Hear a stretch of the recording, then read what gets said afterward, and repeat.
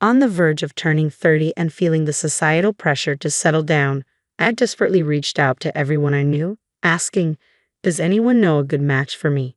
Through a friend's introduction, I met John, and after nearly a year of dating, we decided to get married. Just 2 months into our marriage, I found myself at my wits' end, yearning for a divorce as soon as possible. Looking back, there were a few red flags while we were dating, but my overwhelming desire to get married blinded me to all of John's flaws. They say hindsight is 20/20ths, and it couldn't be truer in my case. My name is Mia, a 29-year-old nurse, and John, who is 8 years older than me, turned out to be a boastful and compulsive liar. From the very start, he misled me about his job. John had claimed to be the store manager at the supermarket where he worked, but the truth was far from that. He was just a regular employee with no specific position. I didn't judge him for his job, but the deceit hurt. The truth came out when we were planning our wedding guest list. He casually mentioned, "We have to invite the store manager Alex and the assistant manager David," exposing his lie. "Wait, I thought you said you were the manager," I confronted John, feeling a wave of confusion and disbelief.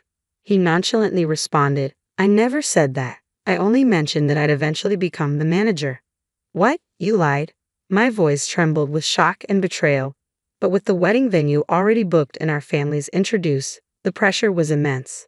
Sensing my hesitation, John added, almost as a threat, "If you really mind, we don't have to get married." Caught up in the moment and fearing the consequences, I regretfully replied, "No, let's get married," a decision I now see as a mistake. John, trying to appear confident and nonchalant, said, "You didn't fall for my job title. You fell for me, right? The details don't matter. Just follow me without fuss. Is that so?" His attempt at being cool only made the situation worse. The urge to question him, then why lie about being a manager in the first place, rose within me, but I swallowed my words, not wanting to start an argument. The next deception revolved around our living situation, which ultimately led to us moving in with John's parents. Before marriage, both John and I had been living with our respective parents, but I had proposed, "Let's build a house halfway between our parents' homes once we're married." Having always dreamed of owning a detached family house, I was determined to make this dream a reality. Growing up in a rundown rental, I had saved diligently for this purpose. John seemed on board, so house hunting became a regular part of our dates with visits to housing exhibitions and real estate agents. However, when it came time to make a decision, I suggested, "Should we consider the place we saw last week?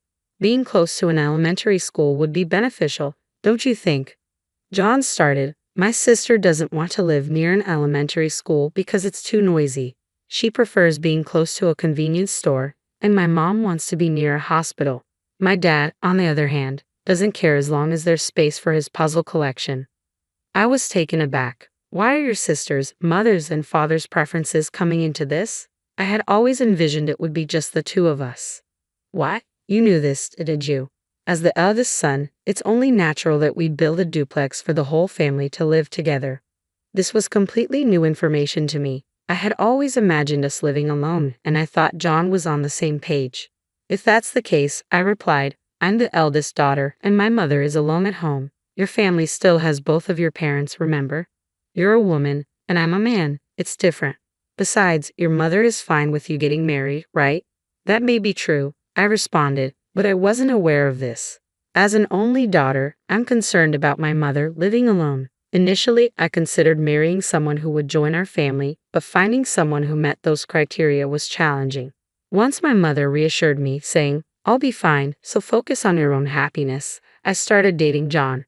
John added, "I didn't mention this before, but my sister doesn't work and my parents rely on their pension. As the eldest son, it's our responsibility to support them." Hold on a minute, don't include me in this so casually. I might be willing to adjust to living with my in-laws, but having his sister move in as well is something I can't accept. His sister, despite being in good health and having no illness, refuses to work because she prefers a life of leisure. His mother shares similar traits, while his father, though quiet, spends his days watching TV and working on his puzzles without contributing to housework. Ha! You're the wife of the eldest son. Are you saying you have no intention of supporting the family? I was stunned. Was he serious? If he wanted to support them, he should do so within his own means. My dream of a new single-family home was quickly fading.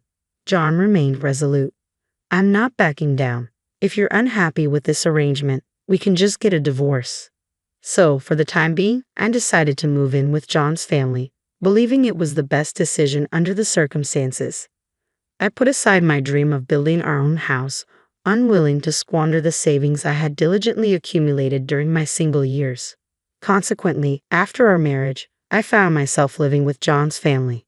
Both John and I worked different shifts, he at the supermarket and I as a nurse, including night shifts. Shortly after moving in, I was jolted awake by my mother-in-law yanking off my blanket after a night shift. Sleeping until noon is unacceptable for a daughter-in-law, she said sternly. I just got back a little while ago and have another night shift tomorrow, I replied, struggling to keep my eyes open. Stop complaining and do some housework, prepare lunch for us. What are you doing? She insisted. I quietly pushed my mother-in-law out of the room. This was no joke. I desperately needed my rest. Maya, who do you think you are? I could still hear my mother-in-law ranting from the hallway, but I chose to ignore her. I locked the door, inserted earplugs, wrapped myself in a blanket, and went back to sleep. I finally woke up around 3:00 p.m. and started tackling the housework. It struck me as odd. In this house, there are 3 other healthy adults besides me, yet I seem to be the only one expected to handle both housework and a full-time job. Just then, John came home. Hey, Mia, I heard what happened. You were home all day and didn't make lunch for my mom? Well, I was exhausted. Besides, when I'm not around, you all manage on your own, so why can't you do the same while I'm sleeping? I shot back, noticing John's parents and sister smirking behind him. What about you? Didn't you say you'd be working until tonight? I left early because my sister called with a family emergency. All this fuss just because I didn't make lunch. It's ridiculous. My frustration bubbled to the surface, only escalating the situation. John's scolding intensified, adding more fuel to the fire. Is marriage really supposed to be this difficult for a wife? With no respite at my in-laws' home, I began making excuses to return to my mother's house on particularly tough days or during my days off. My mother welcomed me without question. I wanted a divorce, but I couldn't bring myself to say it out loud. Then the topic of moving came up at my mother's house. They need us to find a new place by next year. The rental house my mother was living in had severe leaks, and the landlord decided it would be better to demolish it rather than undertake costly repairs. That's right, it's not immediate, but we need a pet-friendly apartment, my mother explained. After my father passed away, she started volunteering to temporarily foster abandoned or lost cats. Although we lived in a nearly 50-year-old rental, the landlord had been understanding about her fostering work. Then I'll help look too, I said. It was a perfect way to occupy my time on days off, assist my mother, and indulge my interest in property hunting. It was a win-win situation. While visiting various real estate agencies, my mother sighed. A detached family house is just a pipe dream. That's when it hit me. A divorce could solve everything. A house is a lifetime investment, and I want to live with someone I truly care about. Then, as if by fate, we stumbled upon Cat Ears Construction. The sign featuring a cat picture and the banner reading "Homes for Cat Lovers" drew us in. We couldn't resist checking it out.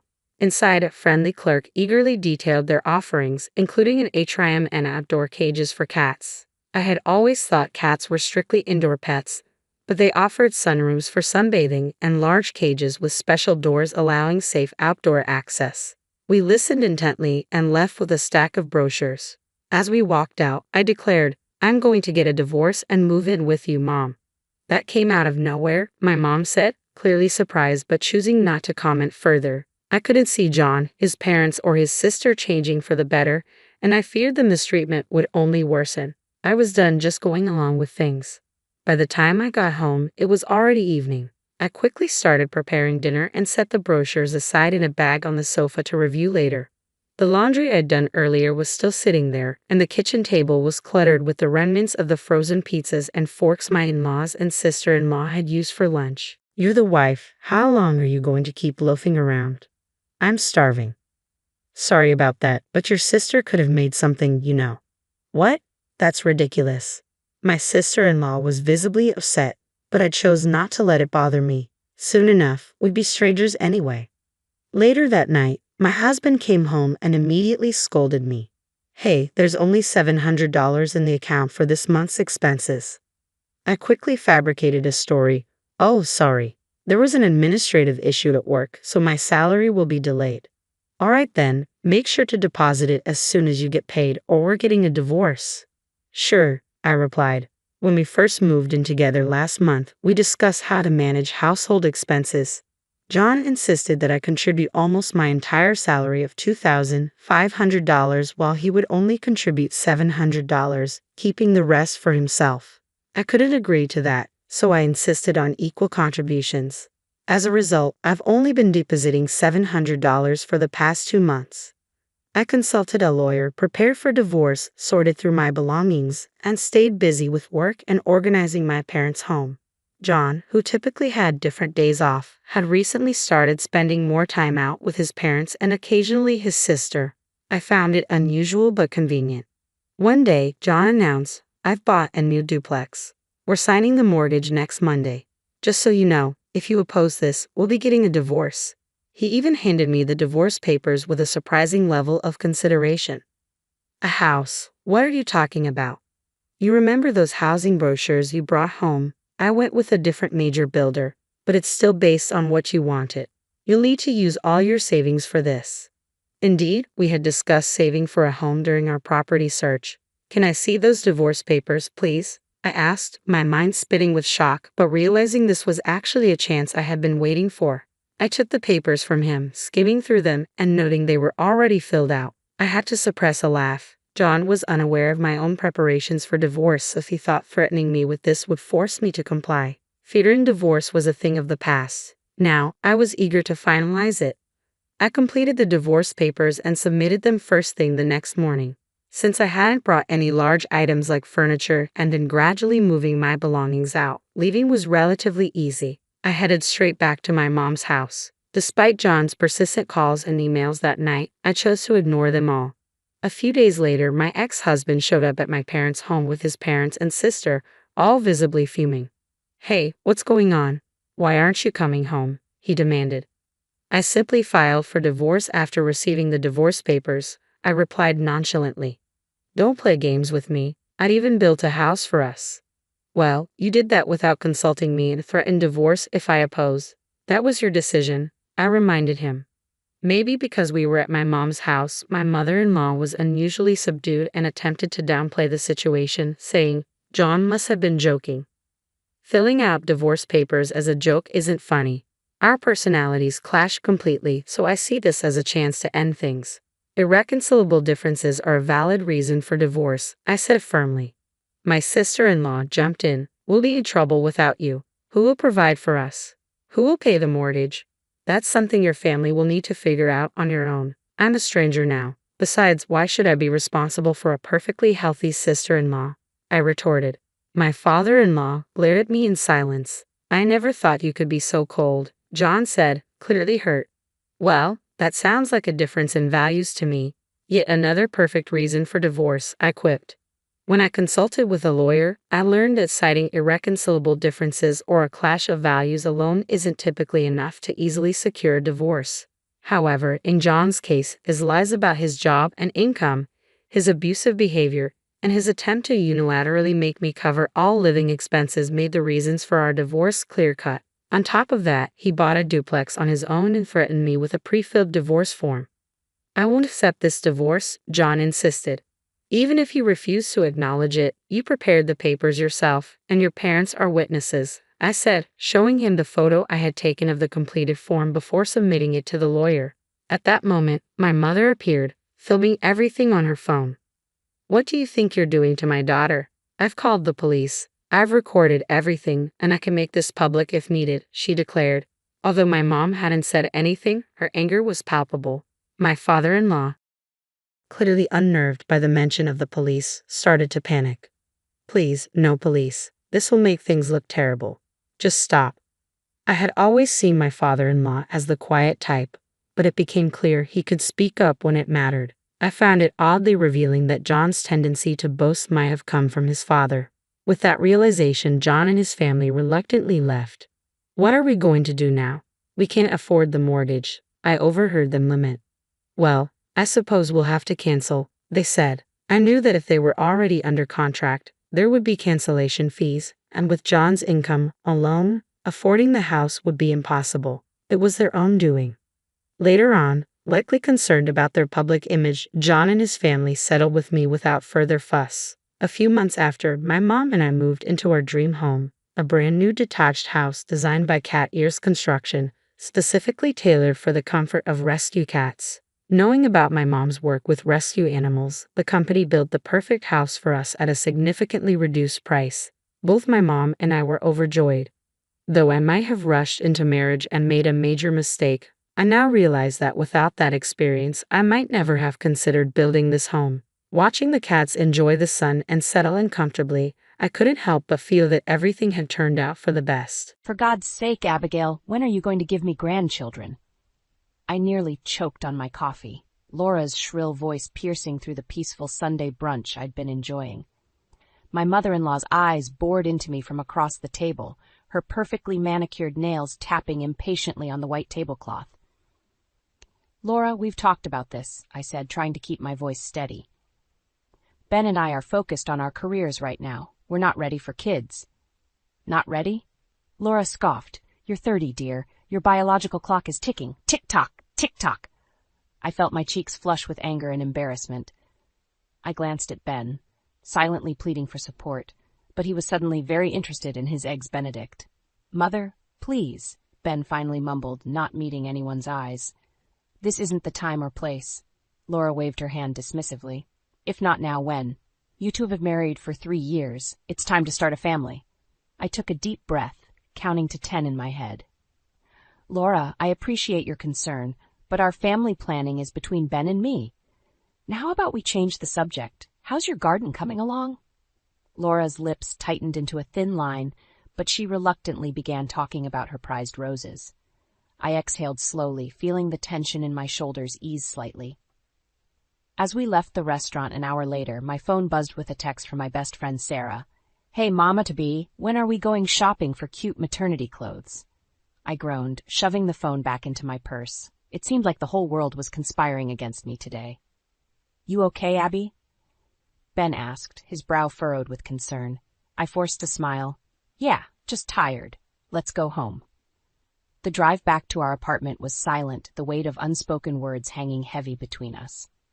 As we walked through the front door, I kicked off my heels and collapsed onto the couch, closing my eyes. Abby, Ben's voice was hesitant. Maybe my mom has a point. We're not getting any younger and... Don't you start too, I snapped, my eyes flying open. I can't deal with this from you right now. Ben held up his hands in surrender. Okay, I'm sorry. I worry sometimes that we're missing out on something important. I sat up, running a hand through my hair. Ben, we've talked about this. We both agreed that we wanted to focus on our careers first. Has that changed for you? He shrugged, not meeting my eyes. I don't know. Maybe. It's just, seeing Michael with his new baby, it makes me wonder what we're waiting for. I felt a pang in my chest at the mention of my brother's newborn. The image of Michael's beaming face as he cradled his daughter flashed through my mind. I get it, I said softly, but we're not Michael and Sarah. We have different goals, different timelines, and right now I'm not ready to give up everything I've worked for. Ben nodded, but I could see the disappointment in his eyes. He leaned down to kiss my forehead. I'm going to take a shower, he murmured before heading to the bathroom. I sighed, leaning back into the couch cushions. As I shifted, something hard poked into my thigh. Frowning, I reached between the cushions and pulled out a small, glittering object. An earring. A delicate gold hoop with a tiny diamond charm. My heart stopped. It wasn't mine. I turned the earring over in my palm, a cold feeling settling in the pit of my stomach. Where had this come from? And more importantly, who did it belong to? The sound of the shower running suddenly seemed very far away as I stared at the unfamiliar piece of jewelry, my mind racing with possibilities I didn't want to consider. The shrill cry of a newborn pierced the air, and I felt my heart constrict. My brother Michael beamed with pride as he cradled his tiny daughter Emma in his arms. Want to hold her, Abby? He asked, his eyes shining. I hesitated, then nodded, carefully taking the bundle into my arms. Emma's warmth seeped into me, and I felt an unexpected longing bloom in my chest. She's beautiful, I whispered, gently rocking her. You're a natural, Sarah, Michael's wife, said with a smile. When are you and Ben going to join the parent club? I forced a laugh, handing Emma back to Michael. Oh, you know us, career-focused as always. But as I watched my brother and his wife coo over their daughter, I felt a shift inside me. Maybe it was time to reconsider our priorities. Later that night, I found Ben in his home office, hunched over his laptop. Hey, I said softly, perching on the edge of his desk. Can we talk? He looked up, surprised. Sure, what's up? I took a deep breath. Seeing Michael with Emma today, it got me thinking. Maybe we should start trying for a baby. Ben's eyes widened. Really? I thought you wanted to wait. I did, but... I hesitated. I don't know, something's changed. What do you think? To my surprise, Ben's face lit up. Abby, I've been wanting this for a while now. I just didn't want to pressure you. I blinked, taken aback. You have. Why didn't you say anything? He shrugged, looking sheepish. I know how important your career is to you. I didn't want to be like my mother, constantly nagging about grandchildren. I laughed, feeling a weight lift off my shoulders. Oh, Ben, we really need to work on our communication. He stood up, pulling me into his arms. So, we're really doing this? We're going to try for a baby? I nodded, a mix of excitement and nervousness bubbling up inside me. Yeah, we are. The next few months were a whirlwind of ovulation tracking, prenatal vitamins, and carefully timed encounters. We threw ourselves into the process with the same determination we applied to our careers. But as weeks turned into months with no positive pregnancy test, the initial excitement began to wane. The pressure mounted, turning our once passionate lovemaking into a scheduled chore. Maybe we're trying too hard, Ben suggested one night as I tossed another negative test into the trash. I sighed, collapsing onto the bed. Maybe, or maybe there's something wrong with one of us. Ben sat beside me, taking my hand. Let's give it a few more months. If nothing happens, we can see a specialist. I nodded, trying to ignore the gnawing worry in my gut. As we approached the 1-year mark of trying, the strain began to show in other areas of our lives. Work became a welcome distraction, and I threw myself into a big project, often staying late at the office. One evening, I came home to find Ben waiting for me, a serious expression on his face. Abby, we need to talk, he said, his voice tight. My heart raced. What's wrong? He ran a hand through his hair, looking frustrated. I feel like we're drifting apart. This baby thing, it's consuming us. Maybe we should take a break from trying. I felt a surge of anger. A break? After all this time and effort, we can't just give up, Ben. I'm not saying give up, he said, his voice rising. I'm saying we need to focus on us for a while. When was the last time we had a conversation that wasn't about ovulation or pregnancy tests? I opened my mouth to argue, then closed it again. He had a point. Fine, I said, deflating. What do you suggest? Let's go out tomorrow night. No baby talk, no work talk, just us. I nodded, forcing a smile. Okay, that sounds nice. But as I headed to the bathroom to get ready for bed, I couldn't shake the feeling that something fundamental had shifted between us. The earring I'd found months ago flashed in my mind, and a cold tendril of doubt curled around my heart. What if there was more to Ben's suggestion than he was letting on? The sterile smell of the fertility clinic made my stomach churn as Ben and I sat in the waiting room. After a year of trying, we'd finally decided to seek professional help. The tension between us was palpable, each of us lost in our own thoughts. Abigail and Benjamin, a nurse called our names, jolting us back to reality. We followed her to a small office where Dr. Patel, a kind-faced woman in her 50s, greeted us with a warm smile. So you've been trying for a year without success, she said, reviewing our file. Let's start with some basic tests to see what we're dealing with. The next few weeks were a blur of blood draws, ultrasounds, and uncomfortable procedures. Ben and I barely spoke during this time, the strain of our situation weighing heavily on us. Finally, we found ourselves back in Dr. Patel's office, awaiting the results. Well, she began, her expression neutral, we found some issues that could be contributing to your difficulty conceiving. My heart raced as she explained the findings. Low sperm count for Ben, potential endometriosis for me. It felt like a punch to the gut. What are our options? Ben asked, his voice tight. Dr. Patel outlined various treatments from medication to IVF.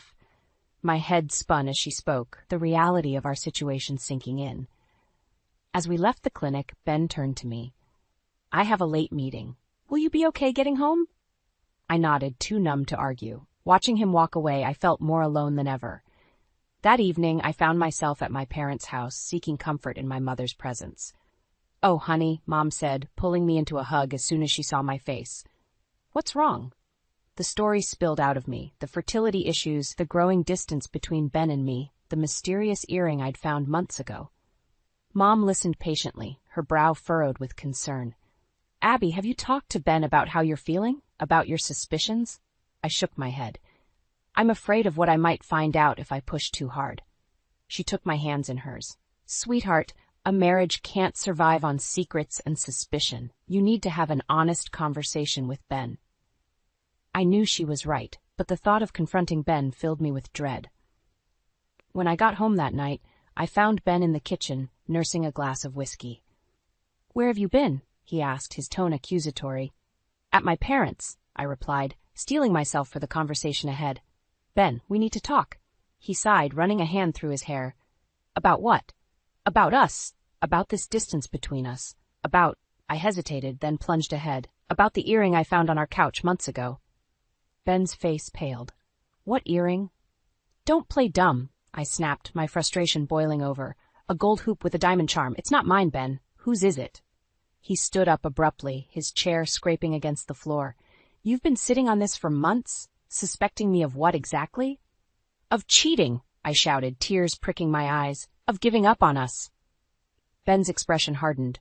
"That's rich, coming from you. You're the one who's been distant, throwing yourself into work, barely looking at me."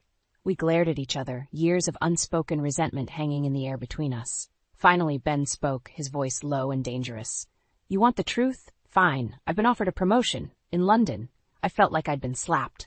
"London? When were you planning on telling me this?" He shrugged, not meeting my eyes. "I don't know. I've been considering my options." The implications of his words hit me like a tidal wave. He'd been making plans. Big, life-changing plans, without me. "Get out," I whispered, my voice shaking with anger and hurt. Ben looked startled. "What?" "Get out," I screamed, grabbing the nearest object, a framed photo of us on our wedding day, and hurling it at him. It shattered against the wall as Ben ducked, glass raining down on the kitchen floor. Without another word, he grabbed his keys and left, the door slamming behind him. I sank to the floor, surrounded by the broken pieces of our life together, wondering how we'd ever put them back together, or if we even should. The days following our explosive fight blurred together. Ben and I danced around each other, the tension thick enough to cut with a knife. We slept in separate rooms, ate at different times, and avoided eye contact when our paths crossed. One evening, as I sat at the kitchen table reviewing work documents, Ben cleared his throat from the doorway. "Abby, we need to talk," he said, his voice uncharacteristically hesitant. I looked up, steeling myself. "About what? Your secret job in London?" He winced. "No, actually, I want us to go out tomorrow night, to Finnegan's pub." I blinked, caught off guard. "Why?" "There's someone I want you to meet," he replied, not quite meeting my eyes. A cold dread settled in my stomach. "Who?" "Her name is Roxy. She's a colleague." The pieces started falling into place. The earring, the late nights at work, the emotional distance. I felt sick. "Fine," I said, my voice flat. "I'll meet your colleague." The next evening, I found myself perched on a bar stool at Finnegan's, nursing a gin and tonic. Ben sat beside me, fidgeting nervously.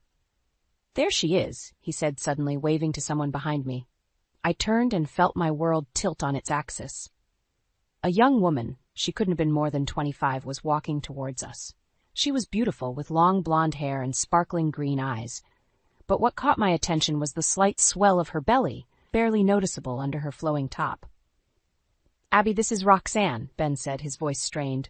"Roxy, this is my wife, Abigail." Roxy's smile faltered as she looked between us. "Oh, It's nice to meet you, Abigail. Ben's told me so much about you." I felt like I was watching the scene from outside my body. "Has he now? Funny, he's never mentioned you." An awkward silence fell over us. Ben cleared his throat. "Why don't we sit down?" We moved to a booth, the tension palpable. I watched as Ben unconsciously leaned towards Roxy, his body language screaming intimacy. "So, Roxy," I said, my voice dripping with false sweetness, "how long have you been working with my husband?" She glanced at Ben before answering. "About 8 months now." We're on the same project team. 8 months, I repeated, my mind racing. It all made sense now. The changes in Ben's behavior, the mysterious earring, the growing distance between us. Abby, Ben started, his voice low and serious. There's something we need to tell you. I laughed bitterly. Let me guess.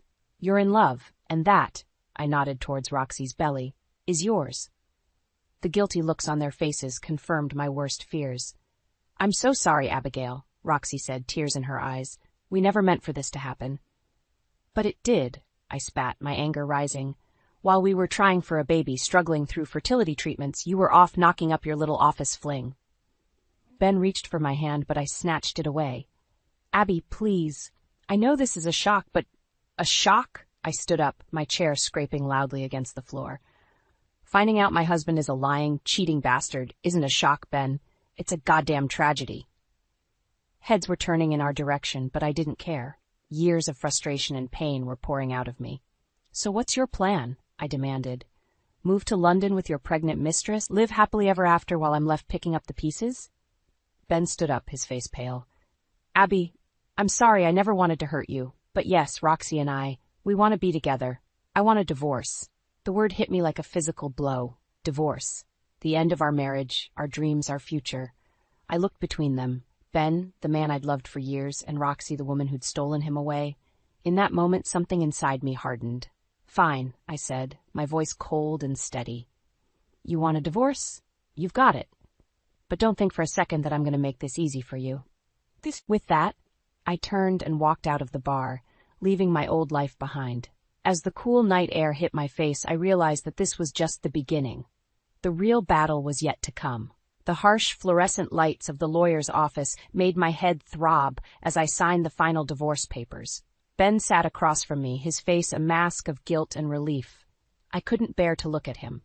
That's everything, our lawyer, Mr. Thompson, said. The division of assets is settled, and the alimony payments will begin next month. I nodded, my throat tight. Is that all? Mr. Thompson glanced between us. Unless there's anything else you'd like to discuss? No, Ben said quickly. I think we're done here. As we left the office, Ben reached for my arm. Abby, I jerked away. Don't. Just don't. Without another word, I walked away, leaving behind the shattered remains of our marriage. The drive to my parents' house was a blur. I found myself on their doorstep, my suitcase in hand, before I even realized where I was going. Mom opened the door, her eyes widening at the sight of me. Abby? Honey, what's wrong? I collapsed into her arms, sobs racking my body. It's over, Mom. Ben and I, we're divorced. She ushered me inside, calling for Dad. They listened in stunned silence as I poured out the whole sordid tale, the affair, the pregnancy, the betrayal. Oh, sweetheart, Mom said, pulling me close. I'm so sorry. Dad's face was thunderous. That no-good son of a... Henry, Mom warned, but I could see the anger in her eyes, too. The next few weeks passed in a haze of grief and anger. I threw myself into work, staying late at the office and bringing projects home. Anything to keep my mind off the gaping hole in my life. One evening, as I sat at my childhood desk reviewing case files, there was a soft knock at the door. Come in, I called, not looking up. It was my brother, Michael. Hey, sis, thought you could use some company. I managed a weak smile. Thanks, but I'm fine. He perched on the edge of the bed, studying me. You know, it's okay not to be fine, Abby. What you're going through, it's huge. I felt tears prick my eyes and blinked them away furiously. I just feel so stupid. How did I not see it coming? Michael sighed. You trusted him. That's not stupid, Abby. That's love. A sob escaped me, and suddenly I was crying in earnest. Michael moved to sit beside me, wrapping an arm around my shoulders. Let it out, he murmured. It's okay to grieve. As my tears subsided, I felt a flicker of something I hadn't experienced in weeks. Hope. You're right, I said, wiping my eyes. I need to stop hiding and start healing. The next morning, I woke with a new sense of purpose. I called my boss and took a week off work. Then I booked an appointment with a therapist. As I was getting ready to leave for my first session, the doorbell rang. I opened it to find a courier holding a large envelope. Delivery for Abigail Carter, he said. I signed for the package and opened it, my heart racing as I recognized the letterhead of the fertility clinic.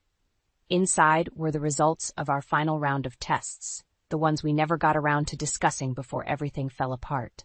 My eyes scanned the document, widening as I reached the conclusion. According to the results, Ben was the one with fertility issues. Severe ones. The implications hit me like a ton of bricks. If Ben was nearly infertile, how could Roxy be pregnant with his child? My mind raced. Could she have been lying? Was the baby even Ben's? I sank onto the couch, the test results clutched in my trembling hands.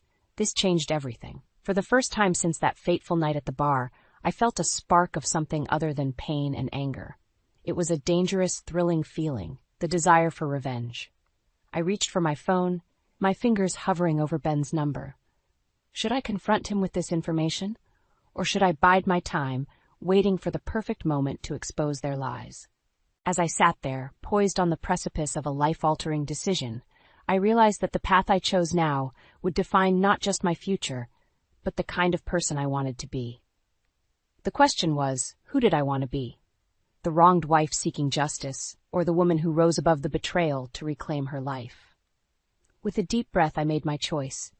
The crisp white envelope sat on my kitchen table, mocking me with its innocence. Inside was an invitation to Ben and Roxy's wedding. My hands shook as I read the flowery script, each word a dagger to my heart. "You've got to be kidding me," I muttered, tossing the invitation aside.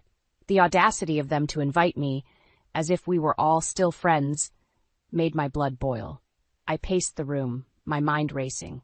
It had been 6 months since the divorce, and I'd been slowly piecing my life back together. But this threatened to unravel everything. My phone buzzed. It was a text from my friend Sarah. "Did you get it too? Can you believe they're actually inviting people from the office?" I felt a surge of anger. Not only were they flaunting their relationship, but they were doing it in front of all our colleagues. My finger hovered over Ben's number. I was tempted to call him, to scream at him for his insensitivity. But then my eyes fell on the fertility test results, still sitting on my desk where I'd left them months ago. A plan began to form in my mind, dark and tempting. I picked up the phone and dialed a different number. "Dr. Patel? This is Abigail Carter. I need to discuss something with you. It's about my ex-husband's fertility test results." An hour later, I sat in Dr. Patel's office, the test results spread out before us. "You're certain about this?" I asked, my heart pounding. Dr. Patel nodded gravely. "The results are clear, Mrs. Carter. Your ex-husband's sperm count and motility are extremely low. The chances of him fathering a child naturally are less than 1%. I leaned back, letting the information sink in. "And there's no chance of a mistake?" "We ran the tests twice to be sure," she confirmed. "I'm sorry, I know this must be difficult to hear." I laughed bitterly. "You have no idea." As I left the clinic, my mind was whirling with possibilities. Ben was practically infertile, which meant the baby isn't his, I whispered to myself, the realization hitting me like a freight train. I drove home in a daze, barely noticing the familiar streets. Once inside, I poured myself a large glass of wine and sank onto the couch, my thoughts a chaotic mess. Part of me wanted to call Ben immediately, to expose Roxy's lie and watch their perfect little world crumble. But another part, a colder, more calculating part, whispered to wait. I pulled out my laptop and began to research. Paternity tests, legal rights, the implications of fraud in a marriage. The more I read, the clearer my path became. Hours passed, and as the first light of dawn crept through my windows, I sat back, a grim smile on my face. I had a plan. I would attend their wedding. I would smile and congratulate them, play the part of the supportive ex-wife. And then, when the time was right, I would reveal the truth and watch their house of cards collapse. But first, I needed proof. Irrefutable evidence that would leave no room for doubt.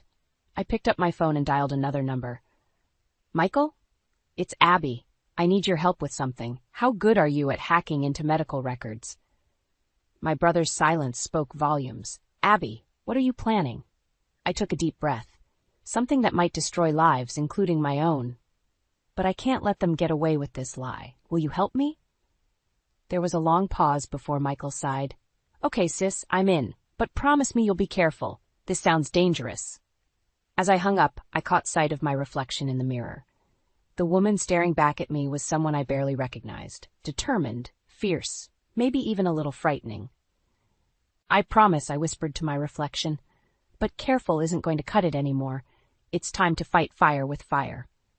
I picked up the wedding invitation, running my fingers over the embossed letters. In just a few weeks, I would have my revenge. And nothing, not even my own conscience, was going to stand in my way. The church bells rang out, a mockery of the turmoil churning inside me. I smoothed down my dress, the manila envelope clutched tightly in my hand as I stepped into the reception hall. The room was a sea of smiling faces, all gathered to celebrate the union of Ben and Roxy. My eyes locked onto Ben, handsome in his tuxedo, his arm wrapped around Roxy's waist. Her white gown did little to hide her growing belly. The sight made my stomach lurch. "Abby!" Laura's shrill voice cut through the crowd. "I'm so glad you could make it." I plastered on a smile as Ben's mother approached, her eyes gleaming with a mix of triumph and pity. "Wouldn't miss it for the world," I replied, my voice sickly sweet. Laura's gaze dropped to the envelope in my hands. "Oh, is that a gift for the happy couple?" I tightened my grip. "Something like that." As if on cue, Ben and Roxy made their way over, their faces a mask of polite surprise. "Abby," Ben said, his voice strained, we're glad you came." Roxy nodded, one hand protectively cradling her stomach. "It means a lot to us." I took a deep breath, steeling myself. This was it, the moment I'd been planning for weeks. "I have something for you," I said, my voice steady despite the adrenaline coursing through my veins. "A wedding gift of sorts." I held out the envelope. Ben took it hesitantly, glancing at Roxy before opening it. "What's this?" he asked, pulling out the papers inside. "Why don't you read it aloud?" I suggested, my heart pounding. I'm sure Laura would love to hear it too. Ben's brow furrowed as he began to read. "Fertility test results for Benjamin Carter. Sperm count. Motility." His voice trailed off, his face paling. "What is it, darling?" Laura asked, peering over his shoulder. It says I'm practically infertile," Ben whispered, his eyes wide with shock. "Less than 1% chance of fathering a child naturally." The silence that fell over our little group was deafening. Roxy's hand dropped from her stomach, her face a picture of panic. "But that's impossible," Laura sputtered. "Roxy's pregnant." I turned to Roxy, my voice ice cold. "Care to explain that, Roxy? Or should I share the results of the paternity test I had done on your prenatal screening?" Roxy's face crumpled. I can explain." But Ben had already taken a step back, his eyes filled with betrayal. "You lied to me? The baby, it's not mine." Heads were turning now, the whispers starting to spread through the reception hall. "Ben, please," Roxy pleaded, reaching for him. But he jerked away. "How could you?" he hissed. "How could you do this to me? To us?" Laura stood frozen, her eyes darting between Ben, Roxy, and me. "I don't understand. This can't be happening." I felt a twinge of satisfaction, watching their perfect world crumble.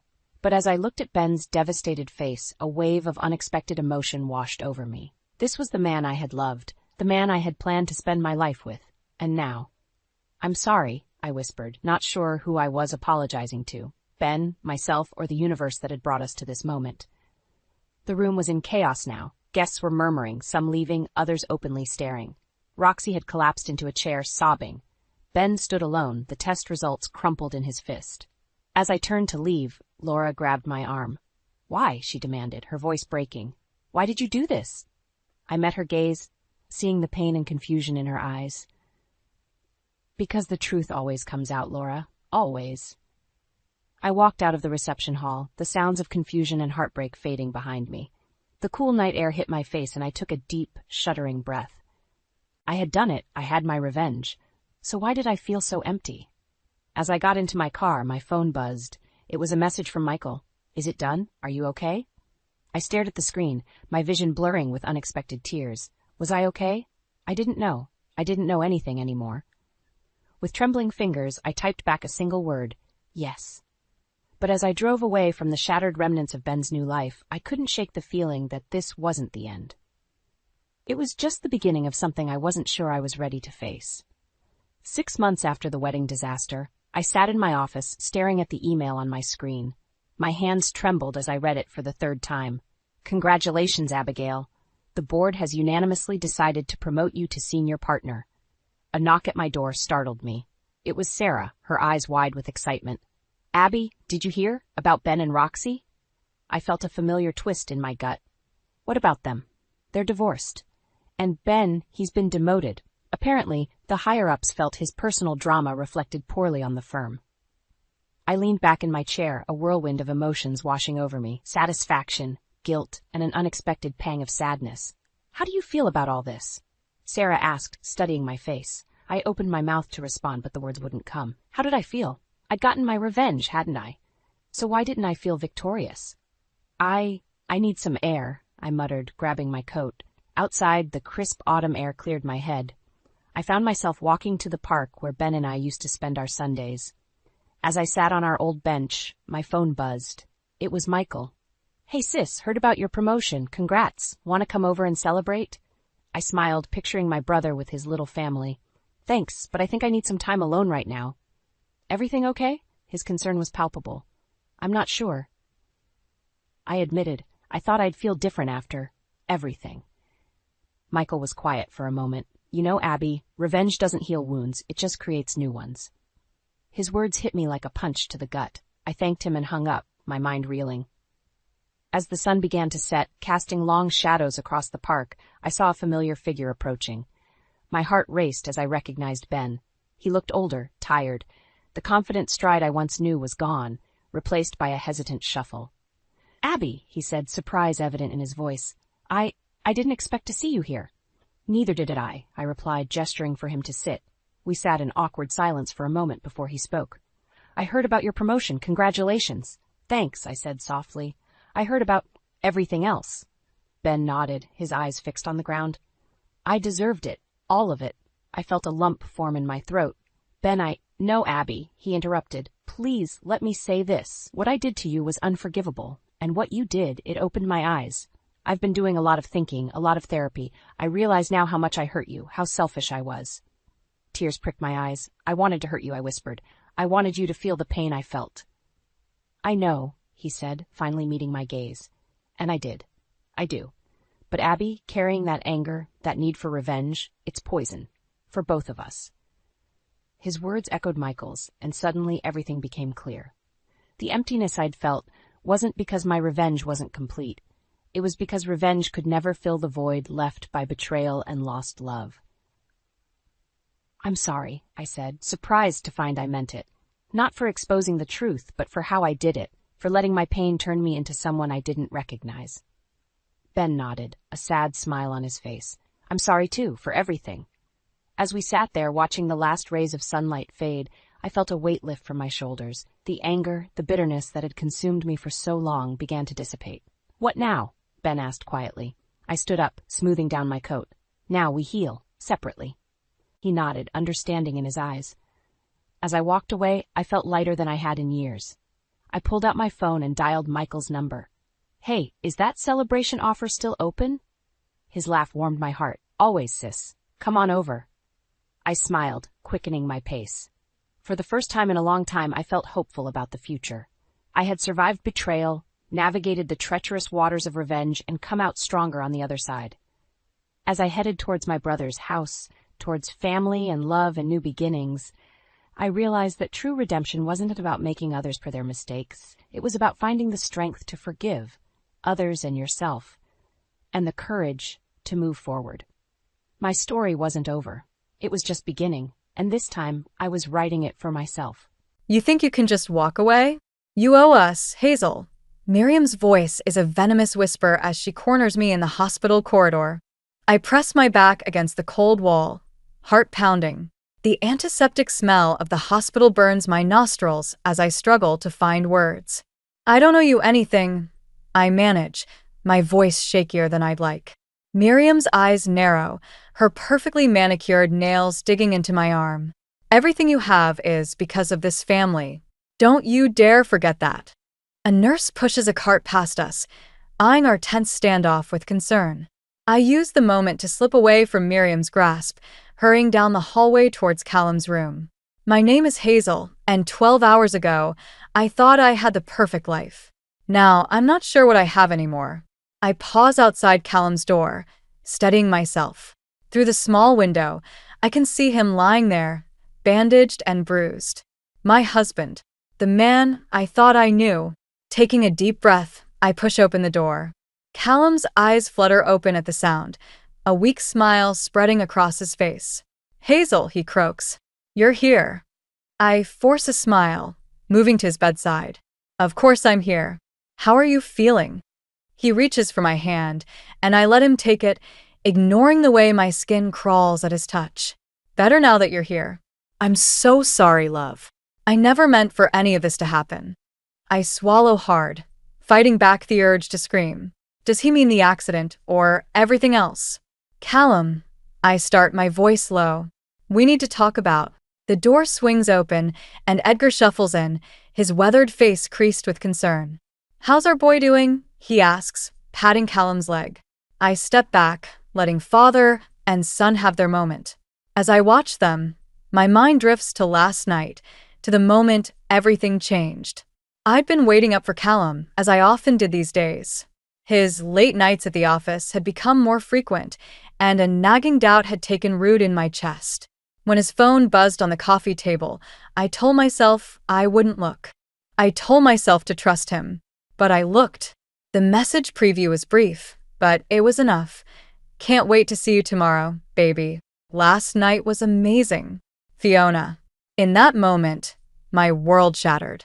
Now, standing in this sterile hospital room, I feel like I'm watching a play unfold. Callum, the doting husband. Edgar, the concerned father. And me, the loving wife, keeping it all together. But it's all a lie. Hazel. Callum's voice snaps me back to the present. You okay, love? You seem a million miles away.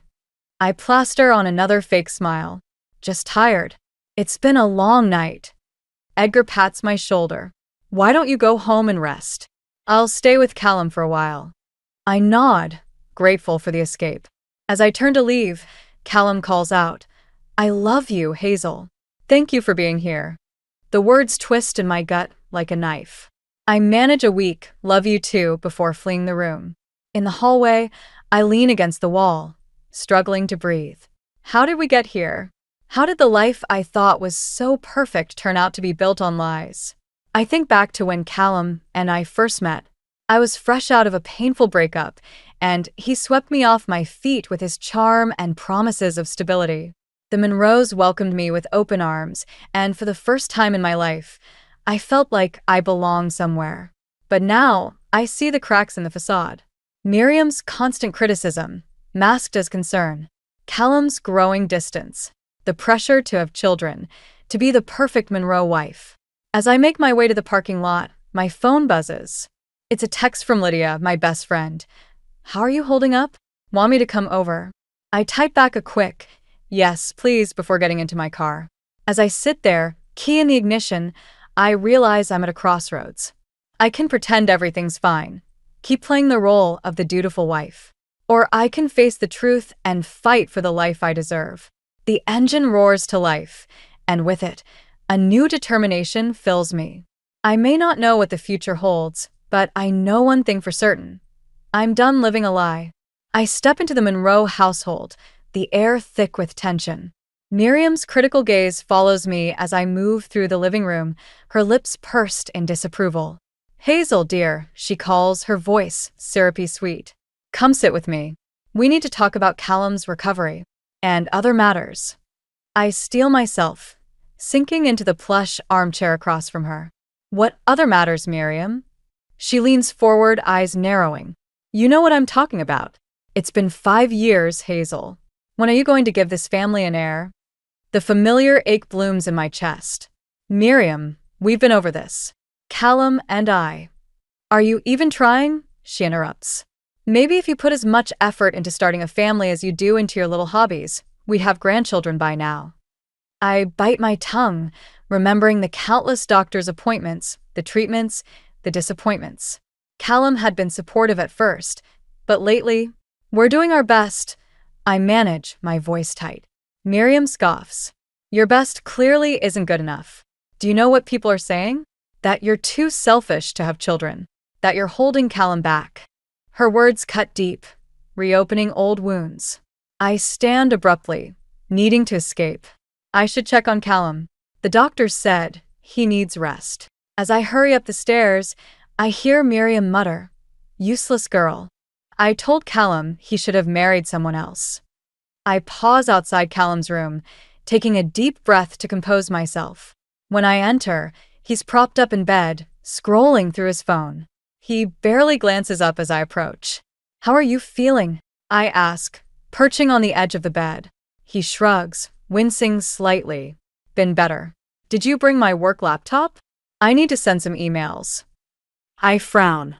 "Callum, you're supposed to be resting. The doctor said." "I know what the doctor said," he snaps. "But I can't afford to fall behind at work. Not now. The irritation in his voice surprises me. "What do you mean, not now?" He hesitates, then sighs. "There's a big promotion coming up. I'm in the running, but it's not guaranteed. I need to stay on top of things." I nod slowly, a knot forming in my stomach. Is this why he's been working so late? Or is it just another lie? "I'll get your laptop," I say quietly, standing to leave. As I reach the door, Callum calls out, "Hazel?" I'm sorry. I know things have been difficult lately. Once this promotion comes through, everything will be better. I promise. I force a smile, not trusting myself to speak. As I close the door behind me, I wonder how many more promises he'll make and break. Downstairs, I find Edgar in the study, poring over a stack of papers. He looks up as I enter, his kind eyes crinkling at the corners. "Hazel, my dear, how are you holding up?" I sink into the chair across from him, suddenly exhausted. "I'm managing." Edgar nods, understanding in his gaze. "Miriam giving you a hard time again?" I shrug, not wanting to cause more family drama. But Edgar sees right through me. "Don't let her get to you," he says gently. "Miriam, she means well in her own way, but she forgets that not everyone shares her priorities." I look at him, surprised by his candor. Edgar has always been the quiet one, rarely speaking against his wife. "What about you, Edgar?" I ask. "What are your priorities?" He's silent for a moment, his weathered hands fidgeting with a pen. "Peace," he says finally. "A quiet life, free from all this chaos." Something in his tone makes me wonder if he's as trapped in this family as I feel. Before I can respond, Miriam's voice rings out from the hallway. "Edgar, where's that financial report? The bank's calling again." Edgar sighs, the weariness evident on his face. "Duty calls," he murmurs, gathering his papers. As he leaves, I'm struck by the realization that perhaps I'm not the only one suffocating under the weight of Monroe family expectations. Later that evening, as I'm preparing dinner, my phone buzzes. It's a text from Lydia. "Hey girl, how are you holding up? Drinks tomorrow night." I smile, grateful for the lifeline my best friend is offering. God, yes. I need to get out of this house. As I set the table for dinner, my mind wanders to the future. How long can I keep living like this? Pretending everything's fine when I'm drowning in doubt and resentment? Miriam sweeps into the dining room, eyeing the table critically. "Only 4 place settings? I told you my sister's coming for dinner." I freeze, panic rising. "I'm sorry, I forgot. I'll add another." "Honestly, Hazel," Miriam interrupts, exasperation dripping from every word. "How do you expect to manage a household if you can't even remember a simple dinner guest?" As she bustles around, fixing my table settings, I feel something inside me snap. The facade I've been maintaining starts to crumble. I may not know what the future holds, but I know one thing for certain. Something has to change. And soon. I stand in our bedroom, Callum's phone clutched in my trembling hand. The house is quiet, everyone else asleep. But my world is imploding. "Can't wait to see you tomorrow, baby. Last night was amazing. Fiona." The words blur as tears fill my eyes. I scroll through the messages, each one a dagger to my heart. Photos, intimate conversations, plans for secret rendezvous. It's all there, laid bare in cold, unforgiving pixels. I sink onto the bed, our bed, where just days ago, I thought we were happy. How long has this been going on? How many nights did he lie next to me, thinking of her? A soft ping breaks the silence. Another message from Fiona. "Hope your wife bought the working late excuse again. You really should leave her already." Rage surges through me, hot and fierce. I want to scream, to break things, to confront Callum right now. But a cold, Calculating voice in my head tells me to wait. To plan. I take a deep breath, forcing myself to think clearly. Who is this Fiona? The name sounds vaguely familiar. I open Callum's contact list, scrolling until I find her. Fiona Blake. Of course. The new junior executive at his firm. The one he couldn't stop talking about when she first started. My fingers hover over her number. Should I call her? Confront her? No. Not yet. I need more information. I spend the next hour combing through Callum's phone, taking screenshots, forwarding emails to myself. By the time I'm done, I have a complete picture of their affair. 3 months. It's been going on for 3 months. As dawn breaks, I slip back into bed, my mind racing. Callum stirs beside me, reaching out in his sleep. I recoil from his touch, disgust replacing the love I once felt. Hazel, he mumbles, eyes still closed. You okay? I swallow hard, forcing my voice to remain steady. Fine. Just couldn't sleep.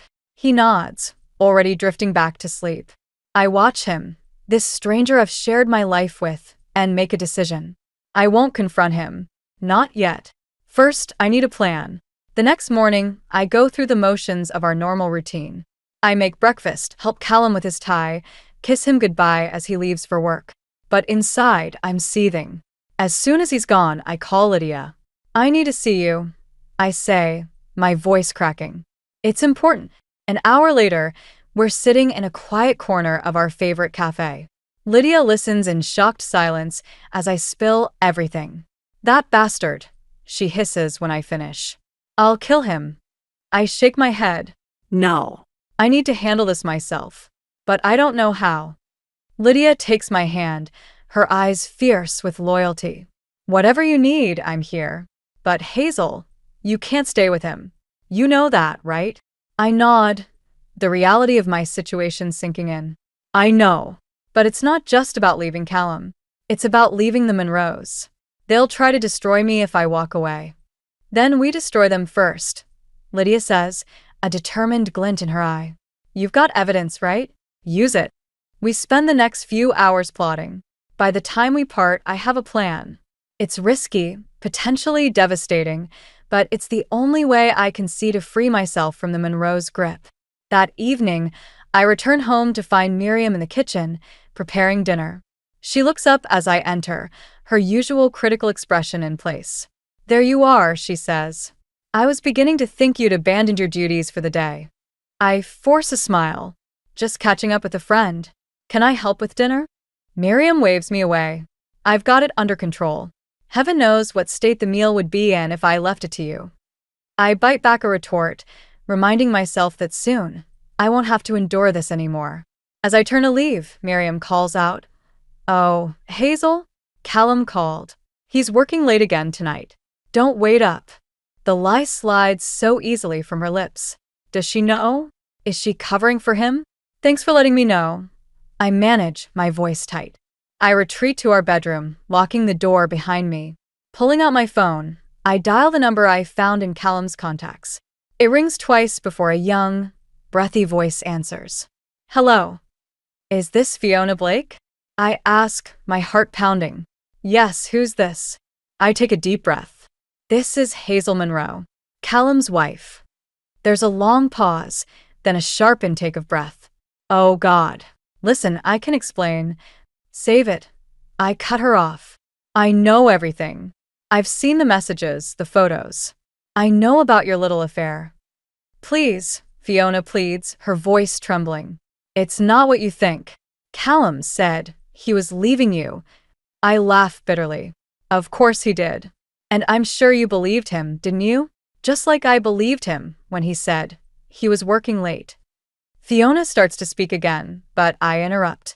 I'm not calling to hear your excuses. I'm calling to give you a warning. This ends now. Or I go public with everything. Your career, your reputation, it'll all be over. Do you understand? There's a long silence, then a quiet. Yes, I understand. I'm so sorry, Hazel. I never meant. I hang up, cutting off her apology. My hands are shaking, but I feel a surge of power. For the first time in years, I'm taking control of my life. As I stare out the window, watching the sun set on another day in this gilded cage, I make a vow to myself. This is just the beginning. By the time I'm done, the Monroes will wish they'd never met me. I stride into Callum's hospital room, my heart pounding but my resolve unwavering. Miriam sits by his bedside, fussing over his pillows. They both look up as I enter, their smiles fading at the sight of my grim expression. "Hazel," Callum asks, concern creeping into his voice. "What's wrong?" I take a deep breath, steeling myself. "I think it's time we had a talk. All of us." Miriam stands, her eyes narrowing. "What's this about?" I pull out my phone, my fingers trembling slightly as I pull up the incriminating messages. "It's about the truth, Miriam. The truth Callum's been hiding from all of us." Callum's face pales. "Hazel, wait." But I'm done waiting. I turn the phone screen towards them, watching as Miriam's eyes widen in shock and Callum's face crumples in guilt. 3 months, I say, my voice surprisingly steady. 3 months you've been lying to me, sneaking around with Fiona Blake. Miriam gasps, her hand flying to her mouth. "Callum, tell me this isn't true." Callum looks between us, panic clear in his eyes. "I can explain." "Explain what?" I cut him off. "How you've been making a fool of me. How you've been risking everything we've built for some office fling." "It's not like that," he pleads. "Fiona, she understands me. She doesn't pressure me like I do." I finish for him, anger flaring. "Because I want a family? Because I expect you to be a partner, not just a provider." Miriam, recovering from her initial shock, steps forward. "Now, Hazel, let's not be hasty. I'm sure this is all just a misunderstanding." I turn to her, disbelief coloring my voice. "A misunderstanding? Did you not see the messages, Miriam? The photos?" "These things happen in marriages," she says, her tone placating. "The important thing is to work through them, for the sake of the family." Her words ignite something in me, a fury I've been suppressing for years. "The family? You mean your precious Monroe legacy? That's all you care about, isn't it? Not my happiness, not even Callum's. Just your reputation." Callum tries to sit up, wincing in pain. "Hazel, please. We can work this out. I'll end things with Fiona, I promise." I laugh, a hollow sound that echoes in the sterile room. "End things? I already took care of that. I called her Callum, told her everything." His face drains of color. "You what?" "That's right," I say, a grim satisfaction settling over me. "It's over. All of it." Miriam steps towards me, her eyes flashing with anger. "Now you listen here, young lady. You can't just throw away everything we've given you over one little indiscretion." I stand my ground, meeting her gaze. "Given me? What exactly have you given me, Miriam? Criticism? Pressure? The constant feeling that I'm not good enough?" "We gave you a family," she hisses. "A place to belong. Or have you forgotten where you came from?" Her words hit home, but instead of cowing me, they fuel my determination. "I haven't forgotten, but I'm not that scared, lonely girl anymore. I don't need your approval, or your family name." I turn to Callum, who's watching me with a mixture of fear and awe. "I loved you," I say, my voice softening slightly. "I really did, but I can't do this anymore. I won't live a lie." "Hazel, please," he begs. "Give me another chance. I'll do better, I swear." For a moment, I waver. The life we've built, the dreams we've shared, can I really walk away from all of it? But then I remember the messages, the lies, the years of feeling inadequate. "No," I say firmly. "I deserve better than this. Better than both of you." I turn to leave, but Miriam grabs my arm. "You can't just walk away," she snarls. "You're nothing without us. You'll come crawling back, you'll see." I wrench my arm free, a surge of strength coursing through me. "Watch me," I say, my voice low and dangerous. As I walk out of the room, out of the hospital, I feel a weight lifting from my shoulders. The future stretches before me, uncertain but full of possibility. Outside, I take a deep breath of fresh air. My phone buzzes, a text from Lydia. How did it go? Need backup. I smile, feeling truly free for the first time in years. It's done, I type back. Meet me for a drink? I think it's time to celebrate. As I wait for a reply, I look back at the hospital. The Monroes thought they owned me, that they could control my life. But they were wrong. This isn't an ending. It's a beginning. My beginning. And I'm ready to write my own story, on my own terms. I stand in the foyer of the Monroe family home, my suitcase packed and waiting by the door. The house feels different now, its grandeur tainted by the secrets and lies it has harbored. Miriam's voice echoes from the living room, sharp and insistent. Hazel, we need to talk. Now. I take a deep breath, steeling myself for the confrontation I know is coming. As I enter the living room, I'm met with Miriam's icy glare. Callum sits on the couch, his head in his hands, while Edgar stands by the window, his expression unreadable. Sit down, Miriam commands, gesturing to an armchair. I remain standing. I'd rather not. I won't be staying long. Miriam's eyes narrow. Don't be ridiculous. You're not going anywhere. I've made my decision, Miriam, I say, my voice steady despite the trembling in my hands. I'm leaving. Callum looks up, his eyes red-rimmed. Hazel, please. We can work this out. I'll do anything. I turn to him, feeling a mixture of pity and disgust. It's too late for that, Callum. You made your choice. Miriam stands, her voice rising. Now you listen here, young lady. You have no idea what you're throwing away. The Monroe name means something in this town. Without us, you're nothing. Her words hit me like a physical blow, but I stand my ground. I'd rather be nothing than live another day in this house of lies. Lies? Miriam scoffs. We gave you everything. A home, a family, a purpose. And this is how you repay us. I laugh, a bitter sound that surprises even me. A purpose? You mean being your personal punching bag? Living up to your impossible standards? Don't be so dramatic, Miriam snaps. Everything I've done has been for this family. For you and Callum. No, I say, my voice low and dangerous. Everything you've done has been for yourself. To maintain your precious control. Miriam's face contorts with rage. She steps towards me, her hand raised as if to strike. You ungrateful little. That's enough, Miriam. We all turn in shock. Edgar has stepped away from the window, his usually quiet voice firm and commanding. Edgar? Miriam gasps. What are you doing? He moves to stand beside me, his presence a surprising comfort. I'm doing what I should have done years ago. Standing up to you. Miriam's mouth opens and closes, no sound coming out. Callum looks between his parents, confusion written across his face. Edgar turns to me, his eyes kind. Hazel, I'm sorry. I should have spoken up sooner. The way Miriam has treated you, it's not right. I feel tears pricking at my eyes, touched by this unexpected support. Thank you, Edgar. Miriam seems to recover her voice. Edgar, have you lost your mind? She's tearing this family apart. Edgar shakes his head sadly. No, Miriam. You've been doing that for years. With your criticism, your manipulation, your obsession with appearances. I've watched you crush the spirit out of everyone in this house, including our son. Callum flinches at his father's words, a look of dawning realization on his face. Miriam's voice turns pleading. Edgar, please. Everything I've done has been for us. For our legacy.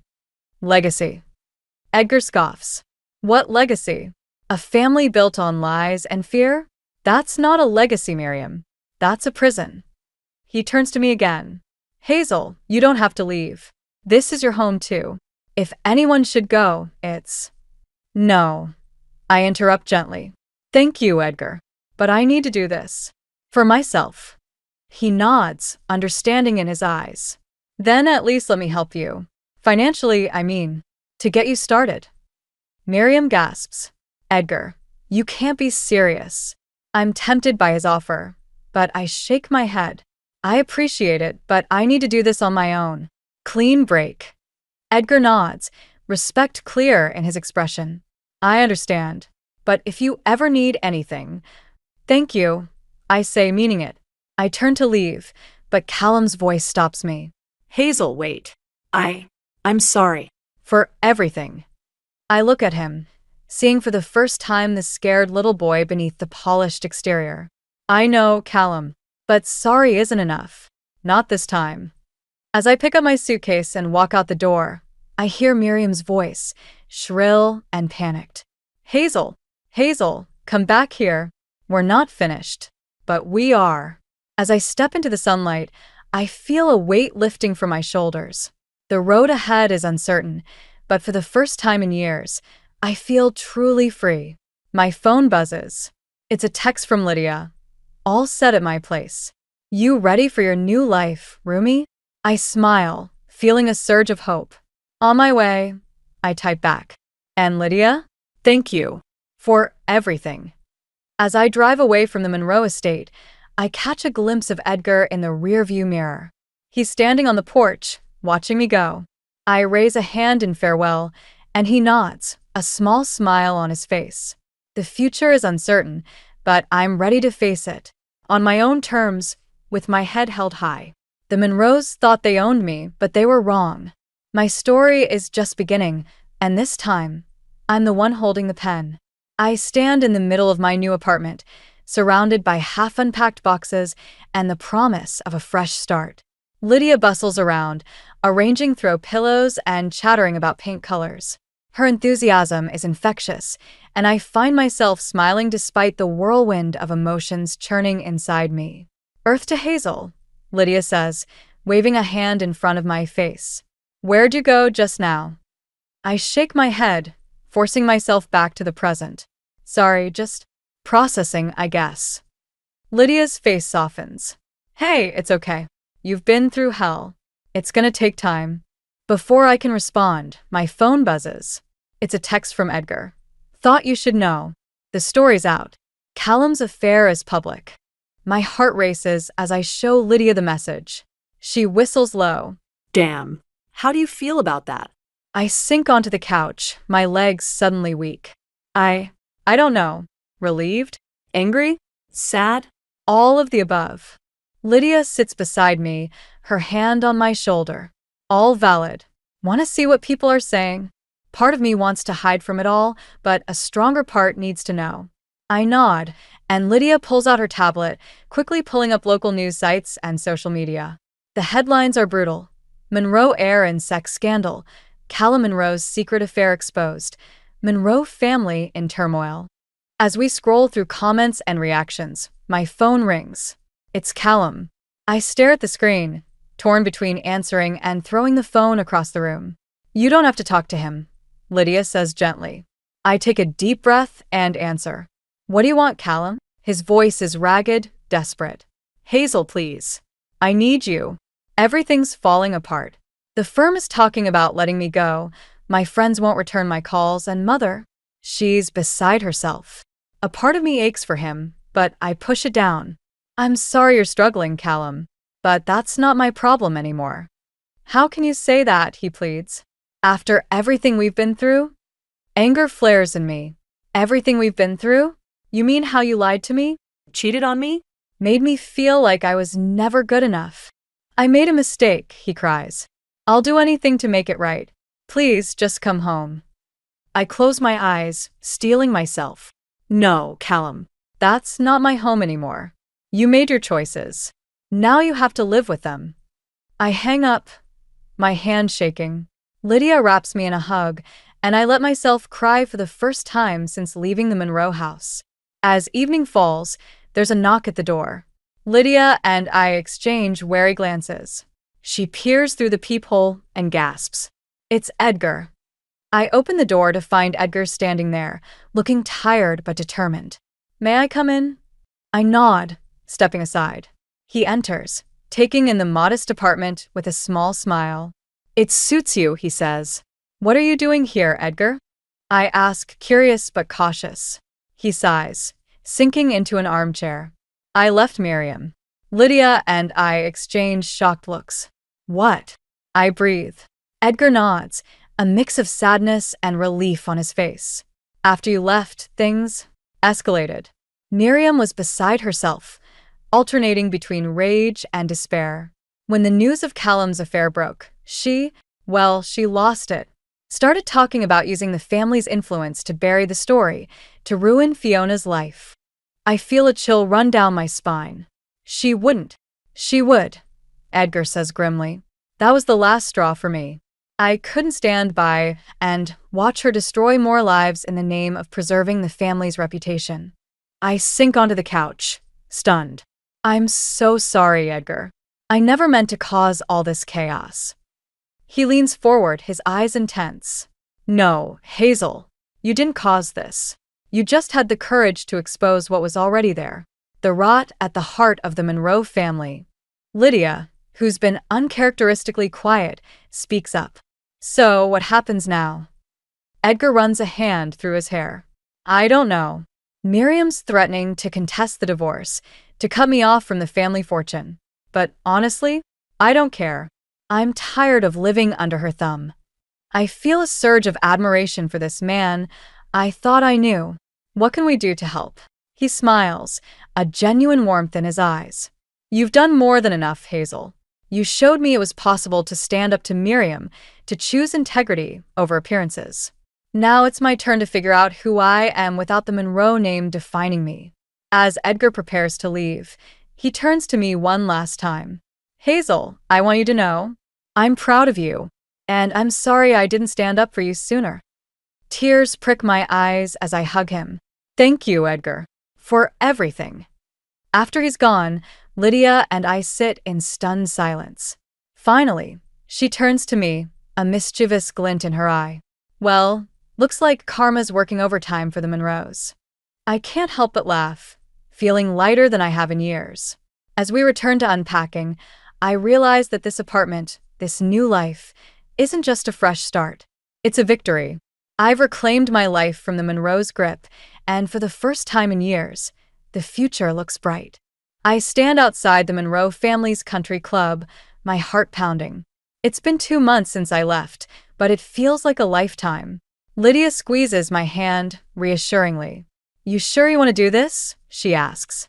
I nod, steeling myself. I need closure. And answers. We push through the ornate doors into a world I once thought was mine. The annual Monroe Family Charity Gala is in full swing, the air thick with perfume, champagne, and pretense. Heads turn as we enter. I hear whispers, see pointing fingers. The scandal may have died down in the press, but here, in the heart of Monroe territory, it's still fresh. I spot Callum across the room, looking haggard and alone. Our eyes meet, and he starts towards me, but Edgar intercepts him, shaking his head. I silently thank him for the intervention. Hazel. I turn to find Fiona Blake standing behind me, her face a mask of nervousness and guilt. Can we talk? Privately, she asks, her voice barely above a whisper. Curiosity overrides my initial instinct to refuse. I nod, following her to a quiet corner of the terrace. Fiona wrings her hands, avoiding my gaze. I owe you an apology. And an explanation. I cross my arms, waiting. She takes a deep breath. The affair with Callum. It wasn't what you think. I mean, yes, it happened, but it wasn't my idea. I frown, confusion replacing anger. What do you mean? Fiona's eyes dart around, as if checking for eavesdroppers. Miriam approached me 6 months ago. She said Callum was thinking of leaving you, that he was unhappy. She wanted me to distract him, keep him in the family. The world seems to tilt on its axis. Miriam, set this up? Fiona nods miserably. She said it was for the good of the family. That Callum needed someone who understood the pressures of his position. Someone who could give him children. The old pain flares, but it's overshadowed by a growing rage. And you agreed to this? I'm not proud of it, Fiona says, her voice cracking. But Miriam promised to fast-track my career, to make me a partner in the firm.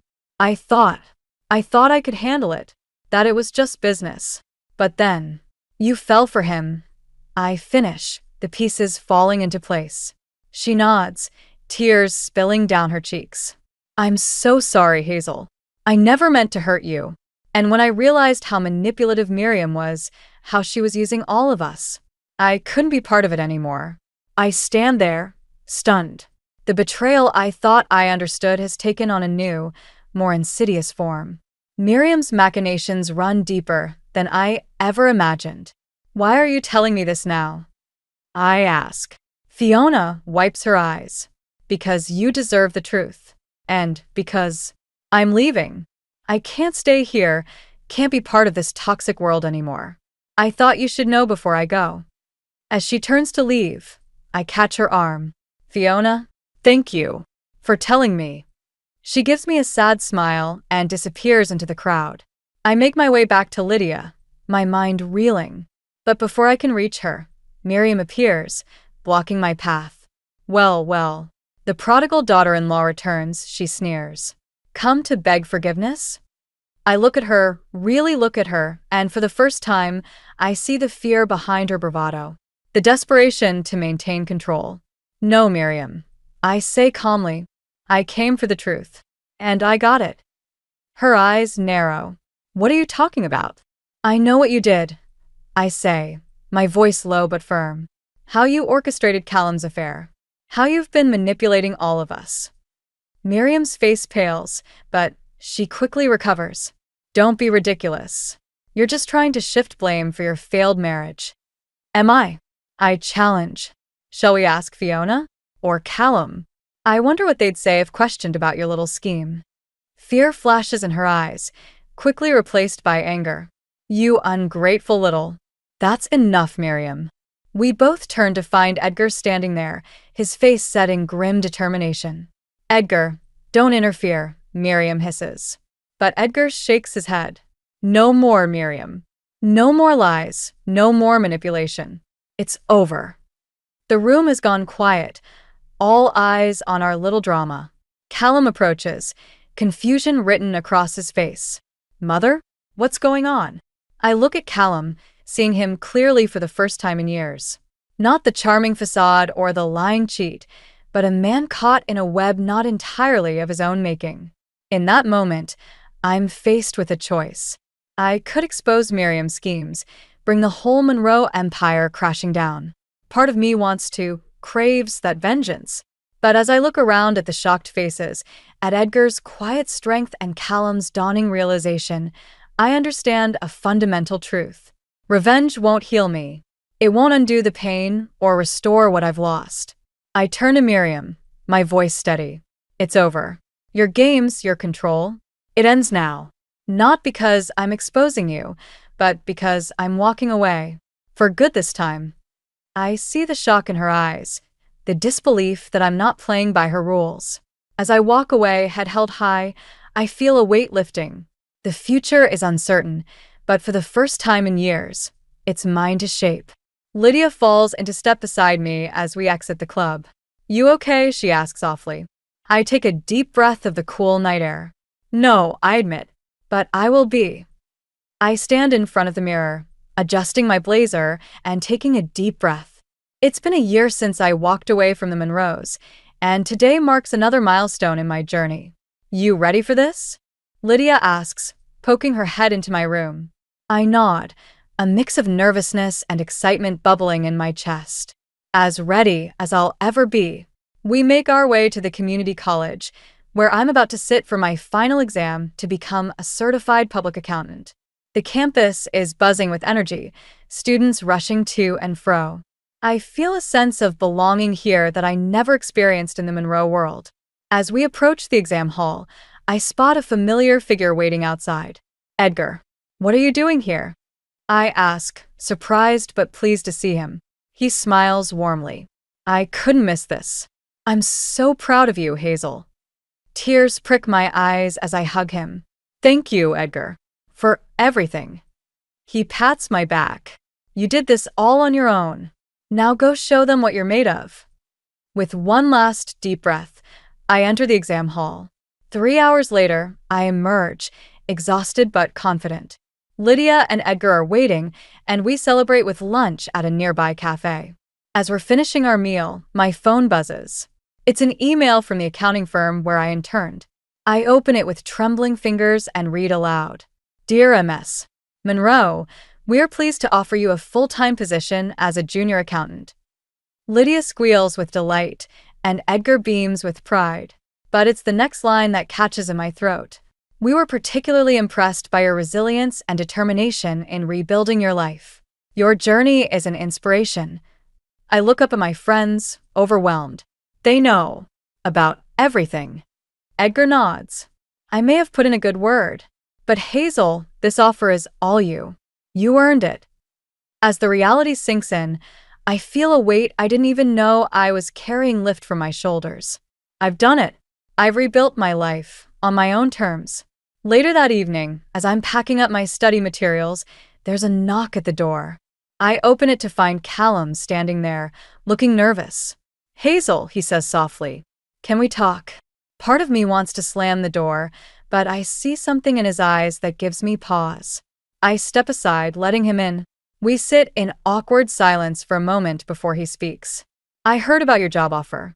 Congratulations. Thank you, I reply, wary but curious. How did you hear? He shifts uncomfortably. Edgar told me. We've been talking, trying to sort things out. I raise an eyebrow, surprised. And Miriam? Callum sighs. She's struggling. The divorce hit her hard, but I think it's for the best. For all of us. I nod, unsure what to say. Callum leans forward, his eyes earnest. Hazel, I know I have no right to ask this, but can you ever forgive me? The question hangs in the air between us. A year ago, I would have lashed out, held on to my anger like a shield. But now, looking at Callum, I see not the man who betrayed me, but a flawed human being trying to find his way. I don't know, I answer honestly, but I'm working on it. Not for you, but for me. Holding on to anger and resentment. It only hurts me in the end. Callum nods, understanding. You've changed, he says softly. You seem stronger, happier. I smile, realizing the truth in his words. I am. For the first time in a long time, I know who I am, what I want. As Callum prepares to leave, he pauses at the door. I'm sorry, Hazel, for everything. I hope you find the happiness you deserve. After he's gone, I sit in the quiet of my apartment, reflecting on the journey that brought me here. The pain, the betrayal, the struggle to find myself again. But also the growth, the friendships deepened, the strength I never knew I had. My phone buzzes with a text from Lydia. Drinks to celebrate the new job? The gang's all waiting. I smile, grabbing my keys. As I lock up, I catch my reflection in the hallway mirror. The woman looking back at me is not the same one who left the Monroe house a year ago. She's stronger, wiser, and finally, truly free. Stepping out into the warm evening air, I feel a sense of possibility I haven't experienced in years.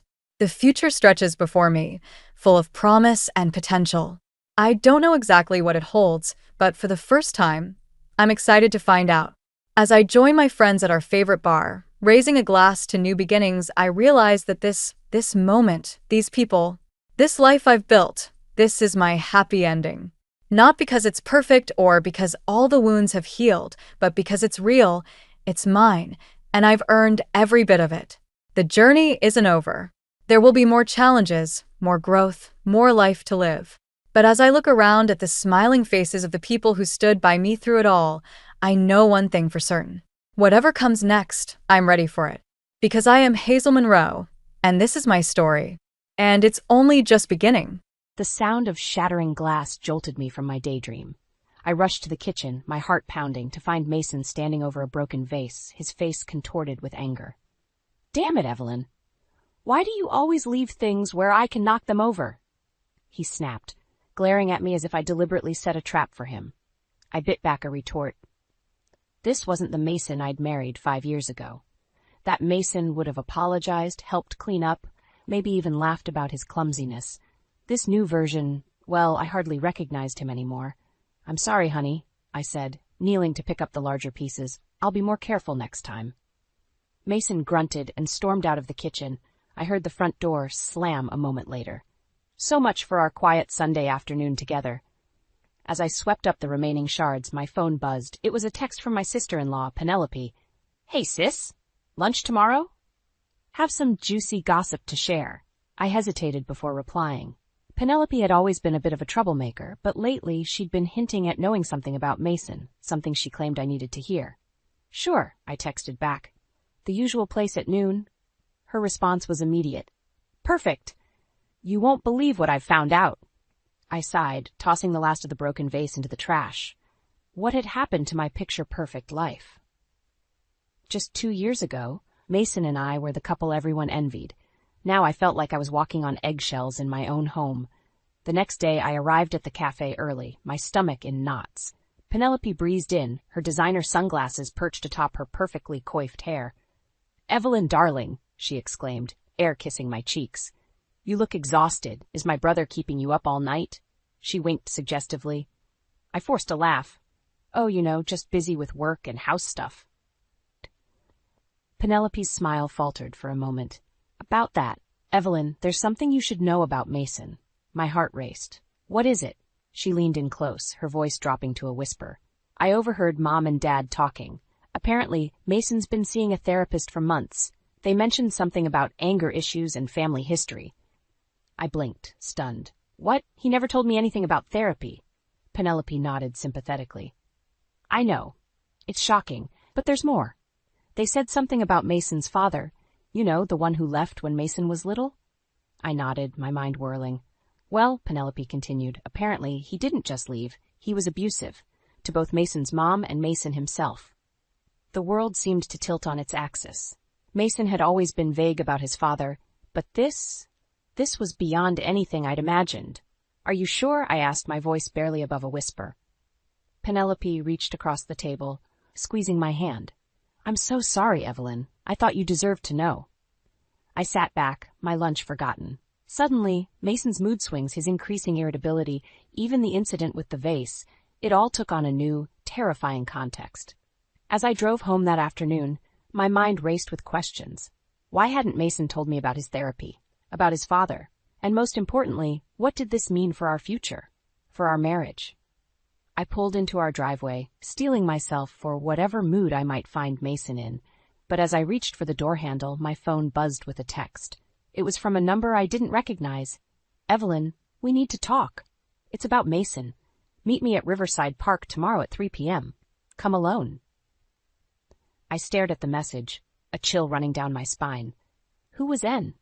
And what else could they possibly tell me about my husband that I didn't already know? With a deep breath, I stepped out of the car, ready to face whatever awaited me inside. But one thing was certain. My perfect life was unraveling fast, and I had no idea how to stop it. I paced the living room, my mind racing with the mysterious text message. Who was N, and what did they know about Mason? The sound of his key in the lock made me jump. "Evelyn, you home?" Mason called out, his voice oddly cheerful. I plastered on a smile as he entered. "In here, honey?" He strode in, looking more relaxed than I'd seen him in weeks. "Hey, I was thinking we could order in tonight. Chinese, maybe?" I blinked, caught off guard by his sudden shift in mood. "Sure, that sounds nice." As Mason called in our order, I watched him carefully. Was this the same man who'd exploded over a broken vase just yesterday? The same one hiding a traumatic past and secret therapy sessions? Over dinner, Mason chatted about work, laughing at his own jokes. I nodded along, my stomach churning with each bite. When he reached for my hand across the table, I nearly flinched. "You okay, babe?" he asked, his brow furrowing. "You seem off." I forced another smile. "Just tired, long day at work." He nodded, seemingly satisfied. "Well, why don't you turn in early? I'll clean up." As I lay in bed that night, listening to Mason move around downstairs, I made a decision. I had to meet this mysterious N. I needed answers. The next day I arrived at Riverside Park 10 minutes early, my heart pounding.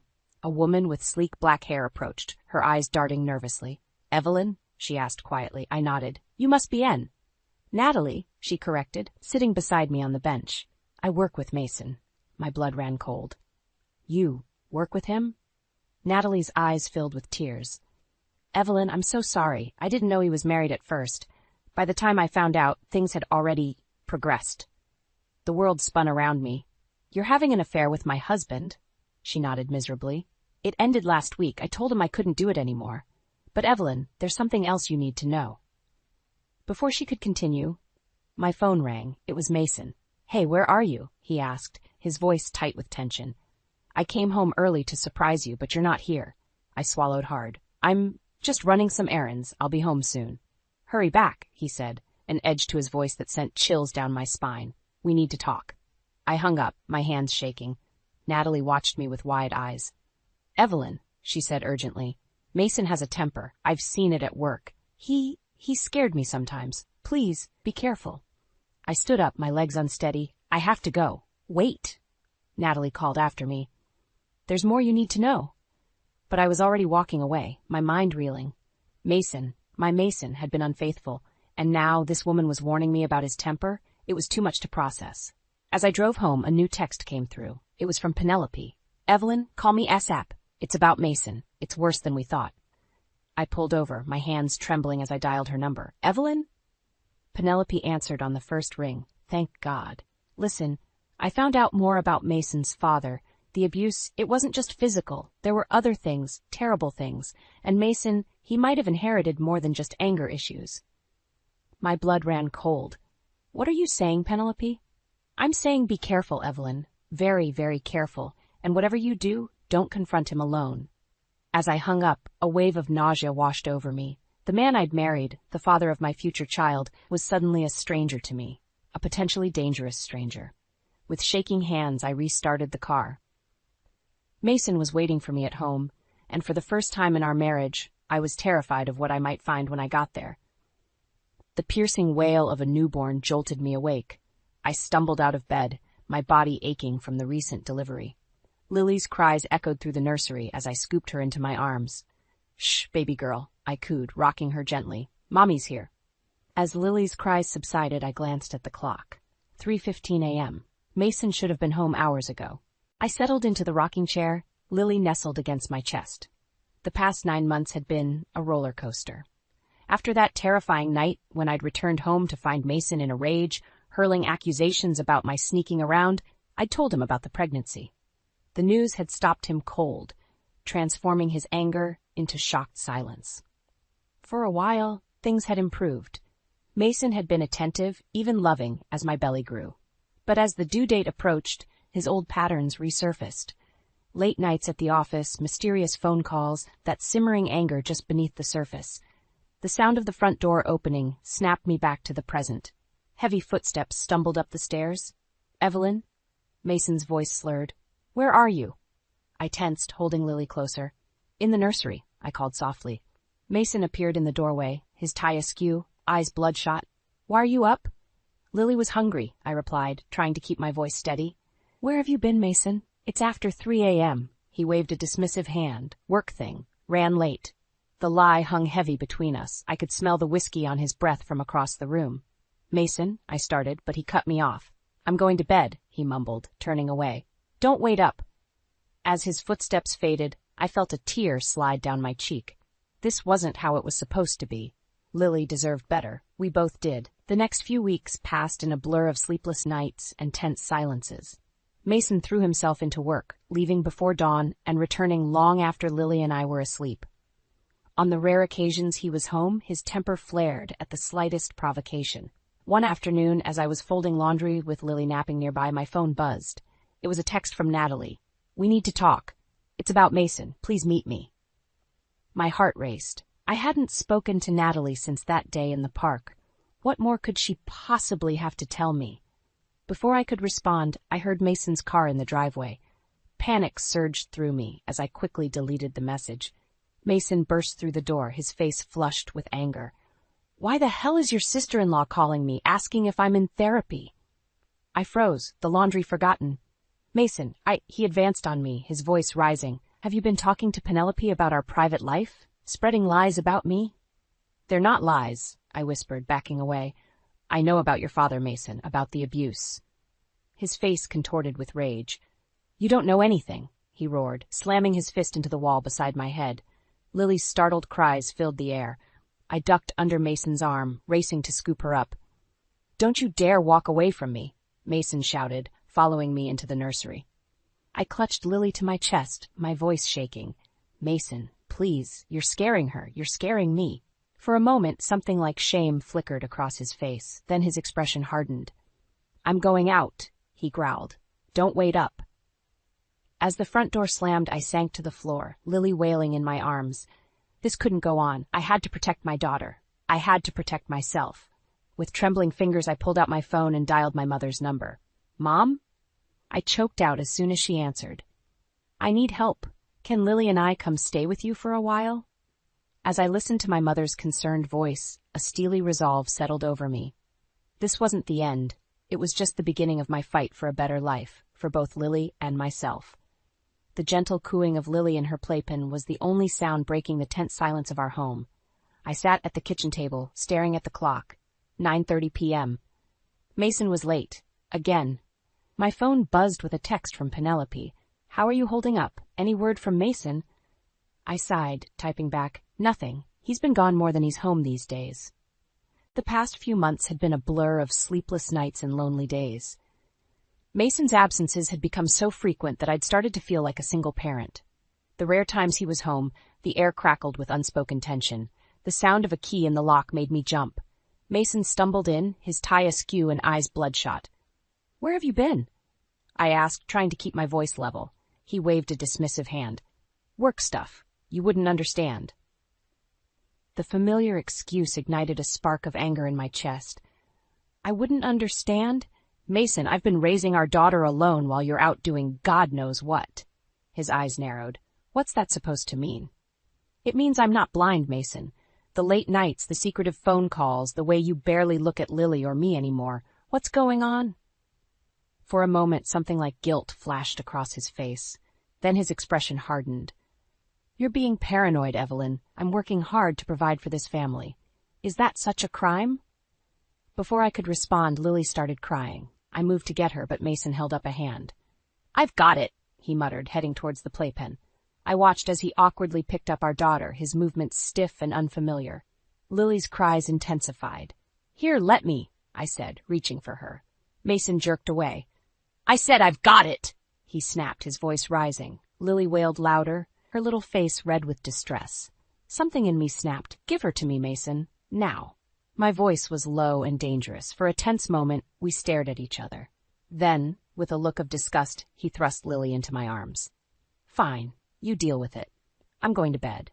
As he stormed upstairs, I held Lily close, my heart racing. This wasn't just about Mason's absences anymore. Something was seriously wrong. The next morning, I woke to find Mason already gone. A hastily scribbled note on the kitchen counter read, "Business trip, back in a few days." My stomach churned with a mix of relief and dread. As I prepared Lily's breakfast, my phone rang. It was Natalie. "Evelyn," she said, her voice tight with urgency. "We need to talk. Can you meet me for lunch today?" I hesitated, remembering our last encounter. "I don't know, Natalie. Things are complicated enough as it is." "Please," she insisted. "It's about Mason. There's something you need to know." An hour later, I sat across from Natalie in a quiet cafe, Lily babbling happily in her stroller beside me. Natalie looked nervous, her fingers twisting a napkin. "Evelyn, I'm so sorry. I never meant for any of this to happen." "What are you talking about?" I asked, a knot forming in my stomach. She took a deep breath. "The affair, it didn't end when I said it did. Mason, he threatened me, said he'd ruin my career if I told you the truth." The world seemed to tilt on its axis. "He what?" Natalie's eyes filled with tears. "There's more. I think I might be pregnant."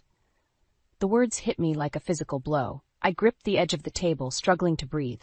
"Evelyn?" Natalie's voice seemed to come from far away. "Are you okay?" I stood up abruptly, nearly knocking over my chair. "I have to go," I mumbled, grabbing Lily's stroller. As I rushed out of the cafe, my mind raced.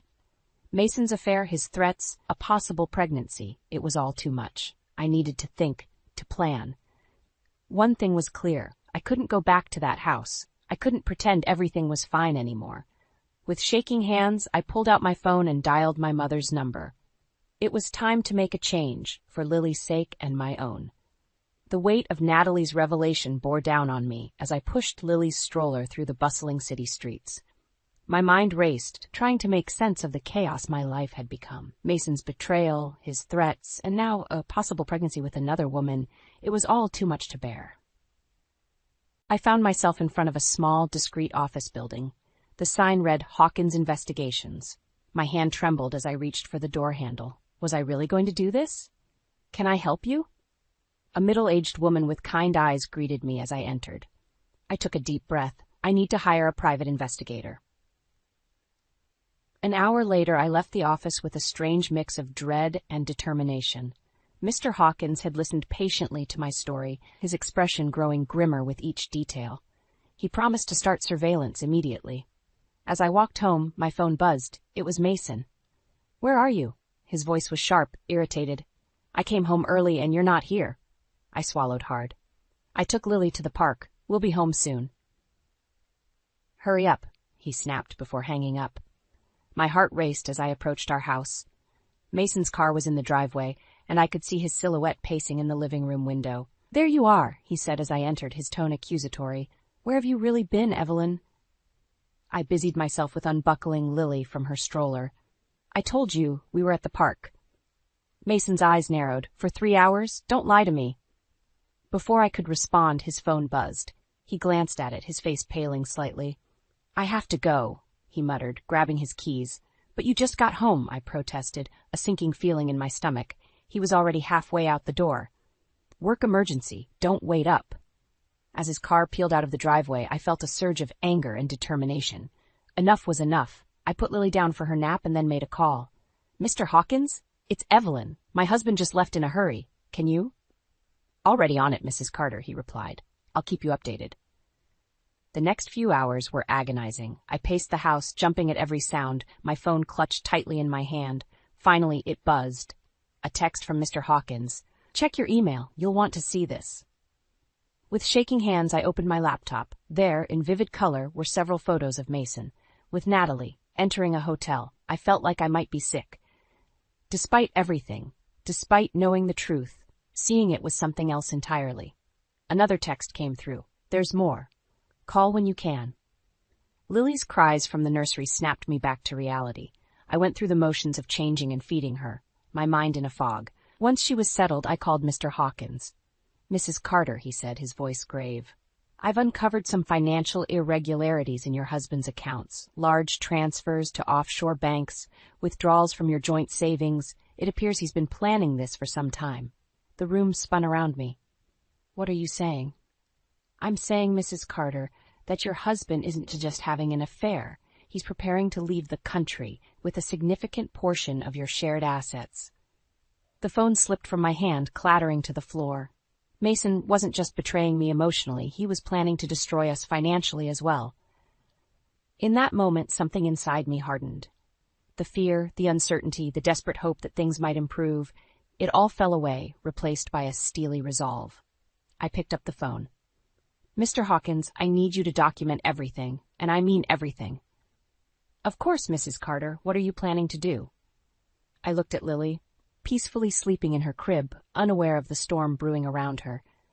My voice was steady as I replied, "I'm going to fight, for myself, for my daughter, and for everything we deserve. Mason thinks he can walk away from us. He has no idea what's coming." As I hung up, I felt a strange calm settle over me. The game had changed, and so had I. Mason was about to learn that he'd underestimated the wrong woman. The morning sun streamed through the curtains as I zipped up the last of our suitcases. Lily babbled happily in her playpen, blissfully unaware of the seismic shift about to rock our lives. I took a deep breath, steeling myself for what was to come. The front door slammed, making me jump. Mason's heavy footsteps echoed through the house. "Evelyn, where are you?" His voice was thick with irritation. I stepped out of the bedroom, my heart pounding. "In here, Mason?" He stormed into view, his face flushed with anger. "What the hell is this?" He thrust a stack of papers at me. I recognized them immediately. Bank statements, hotel receipts, photos of him with Natalie. My evidence.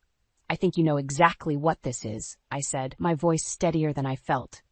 Mason's eyes narrowed dangerously. "You've been spying on me?" "I've been protecting myself and our daughter," I shot back. "How long did you think you could keep this up, Mason? The affair, the secret bank accounts?" He lunged forward, grabbing my arm. You have no idea what you're talking about. I wrenched away from him. Don't touch me. It's over, Mason. I'm leaving, and I'm taking Lily with me. His face contorted with rage. Like hell you are? He made a move towards Lily's playpen. I stepped between them, my voice low and dangerous. Don't you dare. You come near her, and I swear I'll... The doorbell interrupted us. Mason froze, his eyes darting to the front door. That'll be my mother, I said, my chin raised defiantly. She's here to help us move out. Mason's face paled. You called your mother? Evelyn, we can work this out. You don't need to. Work what out, Mason? I snapped. Your affair? The money you've been siphoning from our accounts? Or maybe the fact that Natalie might be pregnant? He stumbled back as if I'd struck him. How did you... It doesn't matter. What matters is that we're done. I want a divorce. The doorbell rang again, more insistently this time. Mason's demeanor suddenly shifted, his voice taking on a pleading tone. Evelyn, please, think about Lily. She needs both her parents. I felt a flicker of doubt, but then I remembered the photos, the lies, the years of manipulation. No, Mason. What Lily needs is a mother who's strong enough to walk away from a toxic situation, and that's exactly what I'm doing. I moved to open the door, but Mason blocked my path. You're not taking my daughter anywhere. Step aside, Mason, I warned. Don't make this uglier than it needs to be. For a tense moment, we stared each other down. Then, with a defeated slump of his shoulders, Mason moved away. I opened the door to find my mother, Susan, her face etched with concern. Evelyn, honey, is everything okay? It will be, Mom, I said, ushering her inside. Can you get Lily? I'll grab the bags. As we prepared to leave, Mason made one last desperate attempt. Evelyn, please, I love you. We can fix this. I turned to face him, my voice firm. No, Mason, we can't. You broke this, and now you have to live with the consequences. With Lily in my arms and my mother by my side, I walked out of the house that had once been our home. As we drove away, I caught a glimpse of Mason in the rearview mirror, standing alone on the porch. A mix of emotions washed over me, relief, sadness, fear, and a glimmer of hope. The road ahead would be challenging, but for the first time in years, I felt like I could breathe. You did the right thing, honey, my mother said softly, squeezing my hand. I nodded, my eyes fixed on the road ahead. This wasn't the end. It was a new beginning. For me, for Lily, and for the life we deserved. The kitchen in my mother's house was warm and filled with the aroma of fresh coffee, but I couldn't shake the chill that had settled in my bones. Lily babbled happily in her high chair, oblivious to the tension surrounding her. Evelyn, honey, my mother, Susan, said gently, you need to eat something. I stared at the untouched toast on my plate. I can't, Mom. Not until we figure this out. The sound of the front door opening made us both turn. My stepfather, John, walked in, his face grim. I just got off the phone with our lawyer, he said, sitting down heavily at the table. It's worse than we thought. My heart raced. What do you mean? John sighed, running a hand through his silver hair. Mason's been busy. He's trying to claim you're an unfit mother, Evelyn. He's going for full custody of Lily. The room spun around me. He can't do that, I whispered. He barely even looked at her for months. It gets worse, John continued. He's denying the affair with Natalie, claiming you're paranoid and unstable, and those offshore accounts we found, he's saying they were business investments you knew about. Anger surged through me, hot and fierce. That lying bastard! Language, dear, my mother murmured, glancing at Lily. I took a deep breath, trying to calm myself. What do we do now? John leaned forward, his eyes serious. We fight. Hard. I've got some connections at Mason's company. If we can prove the affair happened at work, it could change everything. Just then my phone buzzed. It was a text from Penelope. We need to talk. It's about Mason. Meet me at the park in an hour. I showed the message to my parents. Should I go? My mother frowned. I don't trust that woman. She's always been too close to Mason. But she might have information we need, John pointed out. I stood up, decision made. I'm going. Mom, can you watch Lily?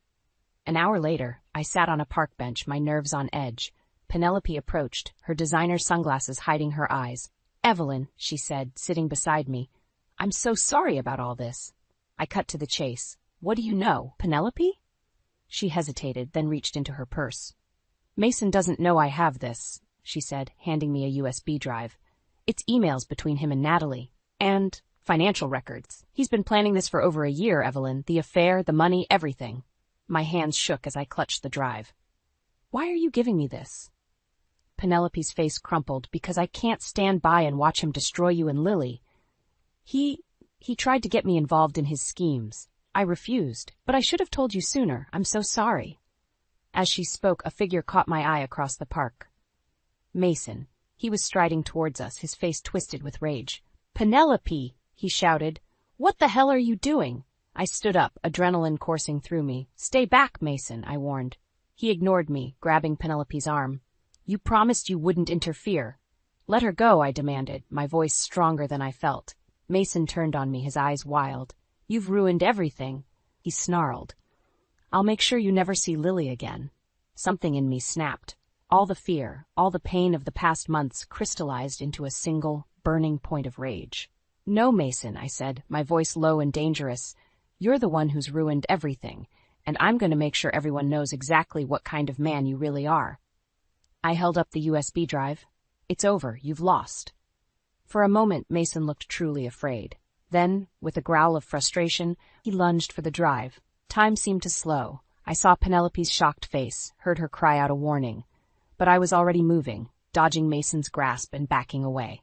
Don't do this, Evelyn, Mason pleaded, his voice suddenly desperate. We can work it out, for Lily's sake. I stood my ground, years of pent-up emotion pouring out. No, Mason, this ends now, for Lily's sake and for mine. As I turned to walk away, I felt a weight lift from my shoulders. The battle wasn't over, but for the first time, I knew with certainty that I would win. The courtroom fell silent as the judge cleared his throat. My heart pounded so loudly I was sure everyone could hear it. Beside me, John squeezed my hand reassuringly. Across the aisle, Mason sat with his lawyer, his face a mask of cool indifference. In the matter of Carter versus Carter, the judge began, this court has reviewed all evidence presented. I held my breath, my mind racing through the events of the past few weeks. John's connections at Mason's company had paid off, providing irrefutable proof of his affair with Natalie. The financial records Penelope had given me exposed Mason's elaborate scheme to hide assets. It had all led to this moment. And fines in favor of the plaintiff, Evelyn Carter. A collective gasp rippled through the courtroom. I sat stunned as the judge continued. Mr. Carter's actions constitute a clear breach of fiduciary duty. The court awards Mrs. Carter full custody of their daughter, Lily, with Mr. Carter granted supervised visitation. Furthermore, Mr. Carter is ordered to pay alimony and child support as outlined in the divorce settlement. Tears of relief streamed down my face. It was over. We had won. As we left the courthouse, a commotion erupted behind us. Mason came barreling down the steps, his face contorted with rage. You've ruined me, he shouted. I've lost everything because of you. John stepped protectively in front of me, but I gently moved him aside. This was my battle to finish. No, Mason, I said, my voice steady. You ruined yourself, your choices, your lies, your betrayal. That's what cost you everything. Mason's anger seemed to deflate, replaced by a desperate pleading. Evelyn, please, I'm sorry. I'll do anything. Just give me another chance. For a moment, I saw a flicker of the man I had once loved, but that man was gone, replaced by someone I barely recognized. It's too late for that, Mason, I replied softly. I hope you find peace, for Lily's sake, if nothing else. But our life together is over. As Mason was led away by his lawyer, I turned to my family, my mother, John, and little Lily in her stroller. Their love and support had been my anchor through this storm. Let's go home, I said, feeling lighter than I had in years. Months passed, and life settled into a new rhythm. I returned to work, finding joy in my career once again. Lily thrived, growing more curious and vibrant every day, and I discovered strength I never knew I possessed. One sunny afternoon, as I pushed Lily on the swings in the park, a familiar face approached. It was Natalie, her eyes downcast and her steps hesitant. Evelyn, she said softly, I don't know if you want to hear this, but I'm sorry for everything. I studied her face, searching for any hint of deception. Finding none, I nodded. Thank you, Natalie. I hope you found peace too. As she walked away, Lily squealed with delight, reaching for me. I scooped her up, holding her close. You know, little one, I whispered, sometimes life doesn't go the way we plan, but that doesn't mean it can't be beautiful. Later that evening, as I tucked Lily into bed, my phone buzzed with a text from Penelope. "Dinner next week? I miss my niece and my sister-in-law." I smiled, typing back a quick yes. Family, I had learned, came in many forms. As I settled onto the porch swing, watching the sun set over the neighborhood, I felt a profound sense of contentment wash over me. The road had been hard, the battles fierce, but I had emerged stronger, wiser, and more true to myself than ever before. This wasn't the life I had once dreamed of, but it was a good life, a life of my own making. And as I closed my eyes, listening to the gentle evening sounds and feeling the warm breeze on my face, I knew that the best was yet to come. For the first time in years, I was truly completely free, and that freedom, it tasted sweeter than I ever could have imagined. The text message glared at me from my phone screen, its innocuous words masking a truth that would shatter my world. We need to talk. It's about Jake." My fingers hovered over the keypad, hesitating. Lydia never texted like this, always preferring to call with her usual exuberance. Something was wrong. I glanced at the clock on my office wall, 3:45 p.m. Jake would be home in a few hours, probably bringing takeout from that new Thai place we'd been meaning to try. I pushed away the nagging feeling in my gut and focused on the spreadsheet before me. "Emily?" My assistant's voice crackled through the intercom. "Your 4 o'clock is here." "Thanks, Sarah. I'll be right out." I smoothed my blouse and took a deep breath. Whatever Lydia wanted could wait. I had a company to run. The meeting dragged on, my mind drifting to Lydia's cryptic message. As soon as I ushered my client out, I grabbed my phone and dialed Lydia's number. Thank God you called." Lydia's voice was tight with tension. "Are you sitting down?" "Lydia, what's going on? You're scaring me." I saw Jake today, at Rosario's." My heart skipped a beat. "Okay, he probably had a lunch meeting or something." "He wasn't alone, Em." Lydia's words came out in a rush. "He was with a woman, and they looked close." The world tilted on its axis. "What do you mean, close?" "I took a picture. I'm sending it now." My phone buzzed, and I opened the image with trembling fingers. There was Jake, his head bent close to a striking redhead. Their hands were intertwined on the table, and the intimacy of their posture was unmistakable. "Emily, are you there?" I couldn't breathe. I have to go." "Wait, Em." I ended the call, my mind reeling. This couldn't be happening. Jake and I had been together for 10 years, married for 5. We had a life, plans, dreams. He wouldn't throw that away, would he? The rest of the afternoon passed in a blur. I canceled my remaining meetings and left the office early, driving aimlessly through the city. As the sun began to set, I found myself parked outside Rosario's, the upscale Italian restaurant where Lydia had spotted Jake. And there he was, emerging from the restaurant with the redhead from the photo. They were laughing, his hand resting on the small of her back. I watched, frozen, as he leaned in to kiss her cheek before they parted ways. Before I knew what I was doing, I was out of the car and striding towards him. "Jake!" He spun around, his face draining of color. "Emily, what are you doing here?" "I could ask you the same thing." My voice was eerily calm. "Who was that woman?" Jake's eyes darted around, looking for an escape. Just a colleague. We had a work dinner." "Don't lie to me." I held up my phone, Lydia's damning photo on display. "Explain this." He stared at the image, his mouth opening and closing like a fish out of water. Emily, I can explain." "Save it." I turned on my heel, my heart pounding in my chest. "I'll see you at home. We have a lot to talk about." As I walked away, I heard him calling my name, but I didn't look back. My mind was already racing, piecing together 1,000 little moments that suddenly made sense. The late nights at the office, the secretive phone calls, the distance that had been growing between us. I got back in my car, gripping the steering wheel until my knuckles turned white. One thought echoed in my mind: how could he do this to me? Little did I know, this was just the beginning of a storm that would upend every aspect of my life. I couldn't sleep that night. Jake didn't come home, and my mind raced with 1,000 scenarios, each worse than the last. By morning, I was a wreck of emotions: anger, hurt, and a burning desire for answers. I called in sick to work, something I'd never done before. Then I dialed Lydia. "Em, how are you holding up?" Her voice was thick with concern. "I'm going to confront him," I said, surprised by the steel in my own voice. "Today." "Do you want me to come with you?" I hesitated. "No, I need to do this alone." But can you be on standby? Of course. I'm here for you, no matter what. After hanging up, I checked my phone. No messages from Jake. Coward. I showered, dressed in my power suit, the one I wore for big presentations, and headed out. I knew exactly where to find him. Rosario's was bustling with the lunch crowd when I arrived. I scanned the room, my heart pounding, and there they were, tucked away in a corner booth. Jake and the redhead. Rachel, I'd learned from a quick social media search. I approached their table, my heels clicking on the polished floor. Jake looked up, his face draining of color. Emily, what are you? Hello, Jake. I cut him off, my voice steady. I turned to Rachel. And you must be Rachel. I'm Emily, Jake's wife. Rachel's eyes widened in shock. Wife? Jake, you said you were divorced. I laughed bitterly. Well, that's news to me. Jake stood up, panic written all over his face. Emily, please, let's not do this here. Why not? I asked, loud enough for nearby tables to hear. Isn't this where you like to conduct your affairs? Rachel grabbed her purse and bolted, leaving Jake to face me alone. He reached for my arm, but I jerked away. Don't touch me, I hissed. How long, Jake? How long have you been lying to me? He ran a hand through his hair, a nervous habit I once found endearing. Emily, I'm sorry. It just happened.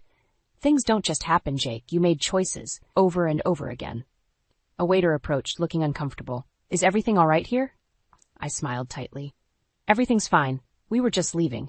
Outside, Jake tried to explain, his words tumbling out in a desperate rush. It didn't mean anything, Em.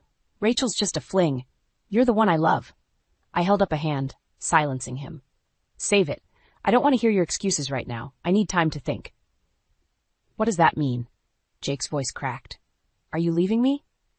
The vulnerability in his eyes almost made me waver. Almost. I don't know, Jake, but right now I can't even look at you.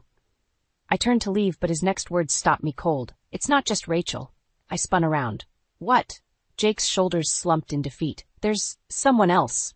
Violet. It's been going on for a while. The world tilted on its axis. 2 affairs. My mind reeled, trying to process this new betrayal. How could you? I whispered, tears finally spilling over. Jake reached for me, but I backed away. Emily, please, we can work this out. I'll do anything. I shook my head, a strange calm settling over me. No, Jake, we can't. It's over. As I walked away, my phone buzzed. A text from Lydia. Everything okay? I typed back. No, but it will be. Can I stay with you for a while? Her response was immediate. Of course, I'll have wine and ice cream ready. I smiled through my tears, grateful for true friendship in the midst of betrayal.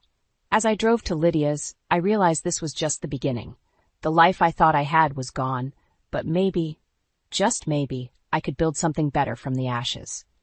Little did I know, the worst was yet to come. Jake's deceptions ran deeper than I could have imagined, and the path to justice would be far from smooth. I'd been staying at Lydia's for 3 days when Jake finally worked up the courage to face me. His incessant calls and messages had gone unanswered. But now he was here, standing on Lydia's porch with a bouquet of roses and puppy dog eyes. Emily, please, can we talk? I crossed my arms, blocking the doorway. I think you've said enough, Jake. He ran a hand through his hair, looking desperate. I know I messed up, but I love you. We can fix this. A bitter laugh escaped my lips. Fix this? You had 2 affairs, Jake. 2? How exactly do you propose we fix that? I'll do anything, he pleaded. Counseling, therapy, whatever it takes. I was about to slam the door in his face when Lydia appeared behind me. Let him in, Em. Maybe it's time you 2 hash this out. Reluctantly, I stepped aside. Jake followed us into Lydia's living room, his eyes darting nervously between us. I'll give you some privacy, Lydia said, squeezing my shoulder before retreating to the kitchen. Jake sat on the edge of the sofa, looking like a schoolboy called to the principal's office. Emily, I'm so sorry. I never meant to hurt you. But you did, I said, my voice surprisingly steady. Over and over again, with Rachel, with Violet. How many others were there, Jake? He flinched. No one else, I swear. It was just, I don't know. I got caught up in the excitement, the thrill of something new. And our marriage wasn't exciting enough for you? It's not that, he protested. You're amazing, Em. Successful, beautiful, everything a man could want. I got scared. I raised an eyebrow. Scared of what? Of not being enough for you, he admitted. You're this brilliant tech executive, and I'm just me. A middling salesman with no real prospects. I guess I wanted to prove I could still attract other women.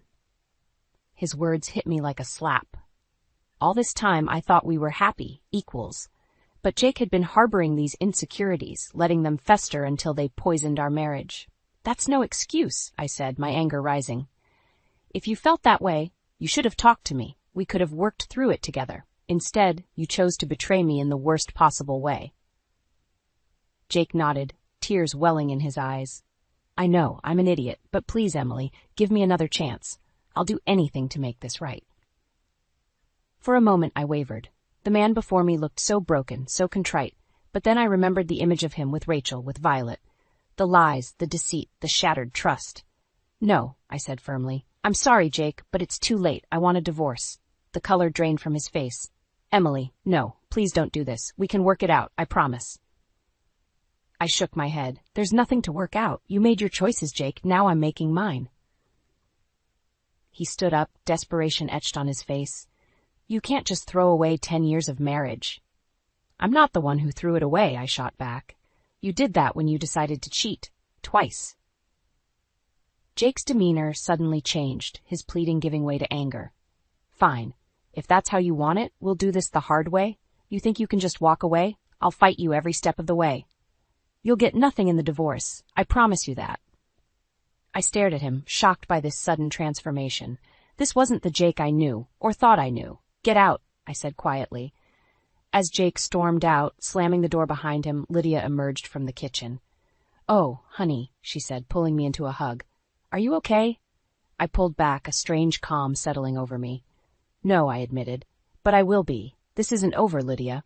Jake thinks he can bully me into submission, but he has no idea who he's dealing with. As I spoke the words, I felt a newfound determination rising within me. Jake had underestimated me for the last time. Now it was my turn to show him just how formidable I could be. The next morning, I woke up with a newfound determination. I'd spent enough time wallowing. Now it was time for action. I called my office, informing them I'd be working remotely for a while. Then I started researching divorce lawyers. Lydia brought me coffee as I pored over legal websites. How are you holding up, Em? I sighed, rubbing my temples. I'm okay, just trying to figure out my next move. My phone buzzed, an unknown number. I answered hesitantly. Emily, it's Claudia. I froze. Claudia was an older woman in our social circle, someone I'd always respected for her wisdom and poise, but her tone now was sharp, accusatory. I heard about what happened with Jake, she said. Don't you think you're overreacting? My jaw dropped. Excuse me? Men stray sometimes, dear. It doesn't mean you throw away a marriage. I felt my blood boiling. Claudia, he had 2 affairs, that I know of, she skid. All the more reason to fight for your marriage. You're not getting any younger, Emily. Do you really want to start over at your age? Her words stung more than I cared to admit. I appreciate your concern, Claudia, but you don't know the whole story. Then enlighten me, she challenged. Let's meet for lunch. The Rosebud Cafe, noon today. Before I could respond, she hung up. I stared at my phone, bewildered. Lydia, who had overheard, looked concerned. Are you really going to meet her? I nodded slowly. I think I have to. I need to understand why she's taking Jake's side. At noon, I found myself sitting across from Claudia at the Rosebud Cafe. She looked immaculate as always, her silver hair perfectly coiffed. Emily, dear, you look dreadful, she said by way of greeting. I bit back a retort. It's been a difficult week, Claudia. She waved a hand dismissively. All the more reason to reconcile with Jake. He's a good man, Emily. Everyone makes mistakes. Multiple affairs aren't mistakes, I countered. They're choices. Claudia's eyes narrowed. And what about your choices? Have you been the perfect wife? Always available? Always supportive? I felt a surge of anger. Are you seriously blaming me for Jake's infidelity? I'm saying marriages take work, she replied coolly, from both sides. I took a deep breath, trying to calm myself. Claudia, why are you really here? Why do you care so much about my marriage? She hesitated, something flickering in her eyes. I just hate to see a good couple torn apart by a simple indiscretion. 2 affairs aren't simple indiscretions, I said firmly. And how do you know so much about this anyway? Did Jake talk to you? Claudia's composure slipped for a moment. I may have heard things in our social circle. Suddenly, a horrible suspicion dawned on me. Claudia, I said slowly, did you know about Jake's affairs before now? Her silence was all the answer I needed. I felt sick to my stomach. How long? I whispered. Claudia looked away. Emily, you have to understand. How long? I repeated, my voice like steel. She sighed. I've known about Rachel for about 6 months, and Violet, well, that's been going on for over a year. The world tilted on its axis. Claudia, someone I had trusted and respected, had known about Jake's betrayals all along, and she'd said nothing. I stood up abruptly, my chair scraping loudly against the floor. I think we're done here. Emily, wait. But I was already walking away, my mind reeling. As I stepped out into the sunlight, I realized the depth of Jake's deception went far beyond what I'd imagined. It wasn't just our marriage he'd corrupted. He'd poisoned our entire social circle. In that moment, I made a decision. This wasn't just about divorce anymore. It was about justice, about exposing the lies and betrayals that had been festering beneath the surface of my seemingly perfect life. As I hailed a cab, I felt a grim smile spread across my face. Jake and his enablers had no idea what was coming, but they were about to find out. I stormed into Lydia's apartment, my hands shaking with rage. You won't believe what just happened, I spat out, recounting my lunch with Claudia. Lydia's eyes widened in disbelief. She knew? All this time? I nodded, pacing the room. And there's more. Claudia mentioned someone named Violet. Another affair, Lydia. How many women has Jake been with? Lydia's face paled. Oh, Em, I'm so sorry. I collapsed onto the couch, my anger giving way to exhaustion. I feel like I'm living in a nightmare. How could I have been so blind? Lydia sat beside me, wrapping an arm around my shoulders. This isn't your fault, Emily. Jake is the one who betrayed you. I wiped away a stray tear. I know, but now I don't know who to trust. If Claudia knew, who else did?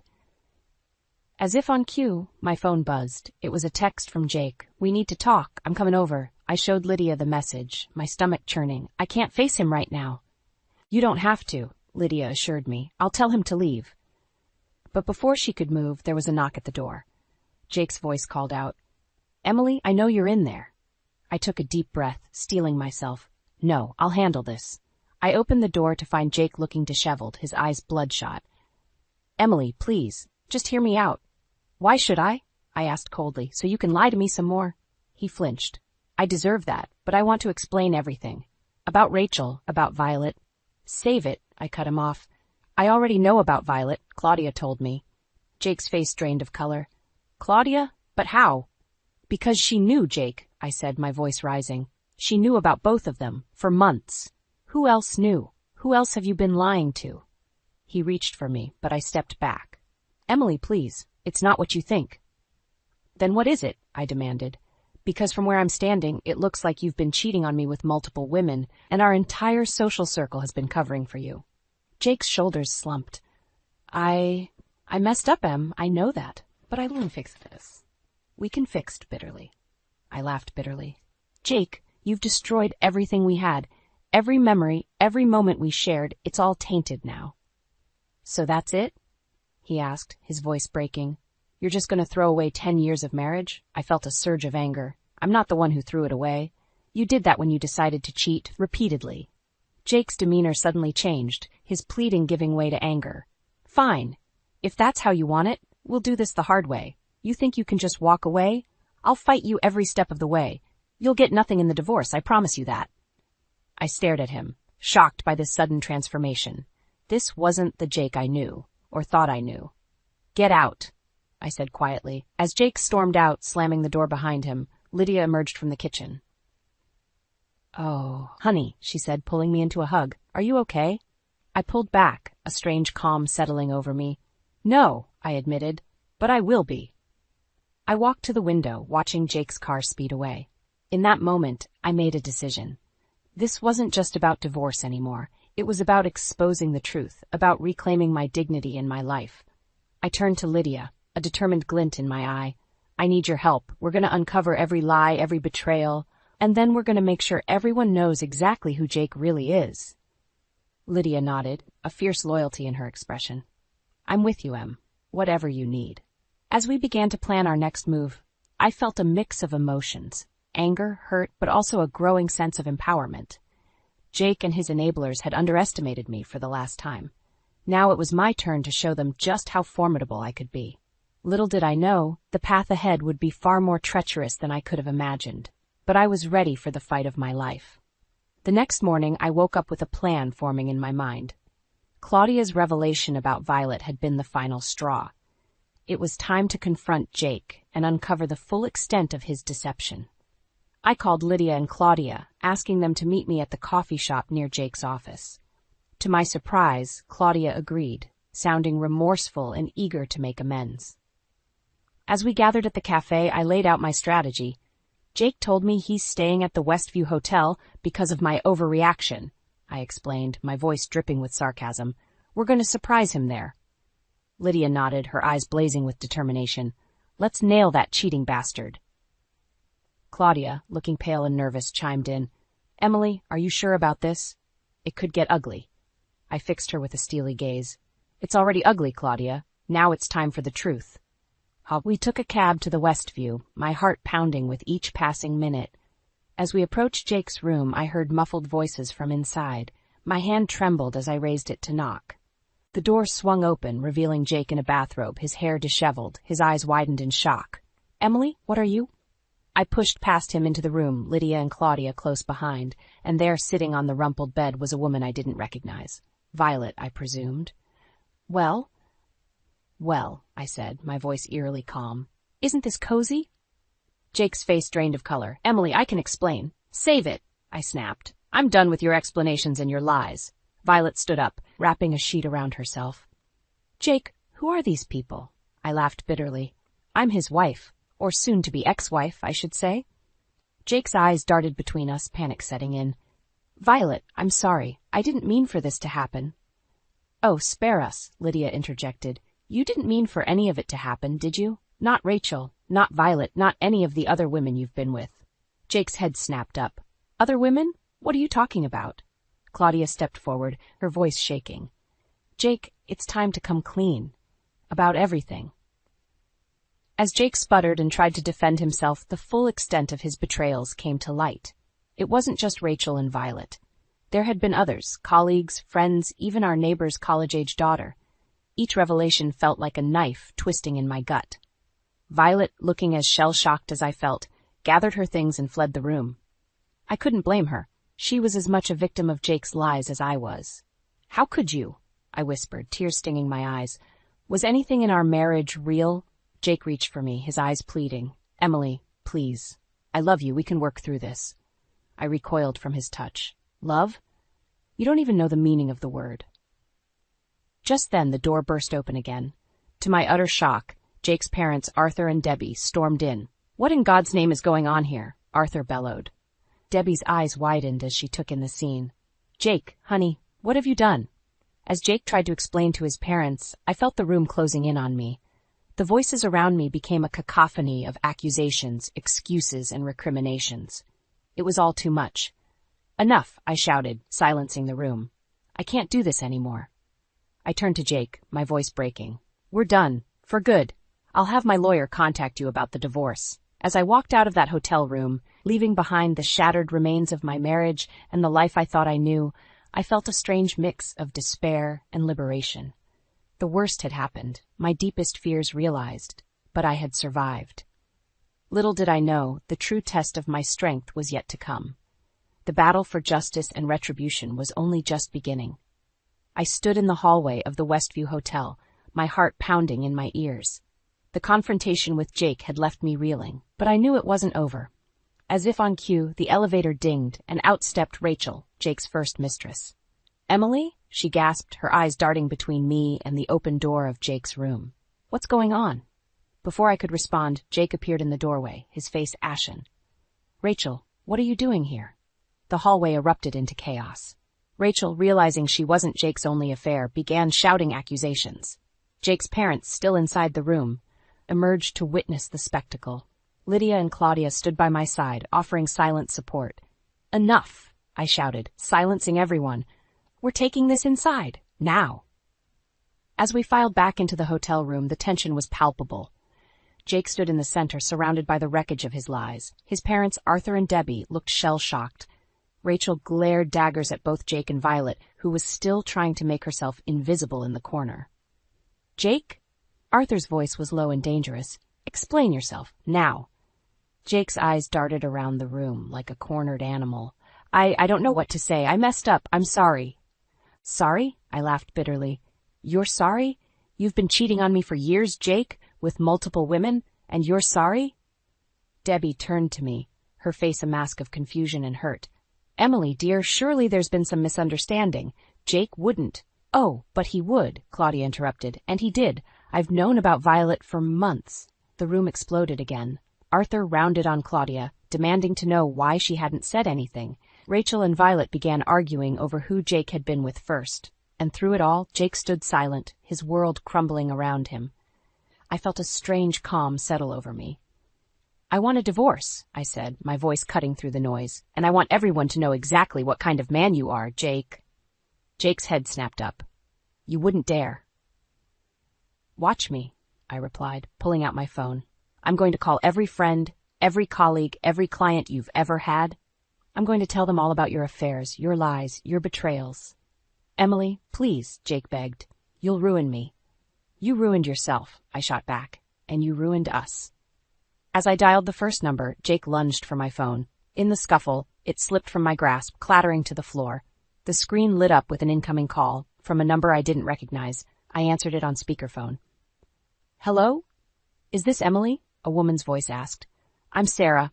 I think we need to talk about Jake. The room fell silent as Sarah's story unfolded. She wasn't just another mistress, she was pregnant with Jake's child. I felt the floor drop out from under me. This was it, the final betrayal, the one that shattered any lingering doubt or hope. I looked at Jake, seeing him clearly for the first time. He wasn't the man I loved, the man I married. He was a stranger, a liar, a cheat. Get out, I whispered, my voice trembling. All of you, get out. As the room emptied, leaving me alone with Lydia, I felt something break inside me. The tears I'd been holding back for days finally came, a torrent of grief and rage and betrayal. Lydia held me as I sobbed, whispering words of comfort. But beneath the pain, I felt something else stirring, a fierce determination. Jake had taken so much from me, but he wouldn't take my dignity, my strength, or my future. As I wiped away my tears, I knew this wasn't the end. It was a new beginning. One where I would reclaim my life, my happiness, and my power. Jake's reign of deception was over. Now it was my turn to rise from the ashes of his betrayal. 6 months after that fateful day at the Westview Hotel, I stood in the courtroom, my heart pounding as the judge delivered her verdict. Jake sat across from me, a shadow of the man I once loved, his face haggard and defeated. In the matter of Emily versus Jake, this court grants the petition for divorce, the judge announced. Furthermore, given the evidence of Mr. Jake's infidelity and financial misconduct, the court orders substantial alimony payments to Mrs. Emily. I exhaled slowly, feeling a weight lift from my shoulders. It was over. I was free. As we left the courtroom, Jake approached me, his eyes pleading. Emily, please, can we talk? I held up a hand, stopping him. We have nothing left to say to each other, Jake. It's done. Lydia appeared at my side, linking her arm with mine. Come on, Em, let's get out of here. As we walked away, I heard Jake call out, I'm sorry, Emily, for everything. I didn't look back. Outside, Claudia was waiting, looking nervous and ashamed. Emily, I don't know how to make this right. I faced her, my voice steady. You can start by keeping your promise, the check for the women's shelter? Claudia nodded, handing me an envelope. It's all there, and I've arranged for monthly donations, as we discussed. I took the envelope, a small satisfaction blooming in my chest. It wasn't just about the money, it was about accountability, about making amends. Thank you, Claudia. I hope this helps you sleep better at night. As Claudia walked away, Lydia squeezed my arm. You did it, Em. You won. I smiled, feeling a mix of emotions wash over me. Did I? Sometimes it doesn't feel like winning. Hey, Lydia said softly, you survived. You're stronger now. That's a win in my book. We made our way to my new apartment, a fresh start, away from the memories of my life with Jake. As I unlocked the door, I felt a sense of pride and independence wash over me. Inside, I was greeted by the sight of moving boxes and new furniture. It wasn't much, but it was mine. All mine. Lydia helped me unpack the last few boxes, chatting about her latest date and the office gossip I'd missed. As we worked, I found myself laughing, really laughing, for the first time in months. Later that evening, as Lydia prepared to leave, she paused at the door. Em, I'm so proud of you, you know that, right? I hugged her tightly. I couldn't have done it without you, Lyd. Thank you. After she left, I stood in the center of my new living room, taking it all in. The divorce was final. Jake was out of my life. I had a new home, a thriving career, and true friends who stood by me through it all. I walked to the window, looking out at the city lights. 6 months ago, I thought my world had ended. I thought Jake's betrayal had broken me beyond repair. But standing here now, I realized something profound. I wasn't broken. I was reborn. The pain was still there, a dull ache in my chest. But alongside it was something else. Hope. Hope for the future, for new beginnings, for a life lived on my own terms. I thought about all the women out there, facing their own battles, their own betrayals. I thought about Sarah, carrying Jake's child, and the other women he had hurt. And I made a silent vow to use my experience, my strength, to help others rise from the ashes of betrayal. As I got ready for bed that night, I caught my reflection in the mirror. The woman staring back at me was different from the one I'd been 6 months ago. She was stronger, wiser, more resilient. She was a survivor. I smiled at my reflection, feeling a sense of peace wash over me. The journey had been painful, the battles hard-fought. But I had emerged victorious, not just over Jake's betrayal, but over my own fears and insecurities.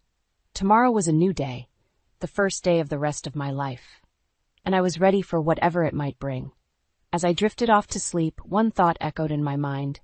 The best revenge isn't just surviving, it's thriving. And that's exactly what I intended to do.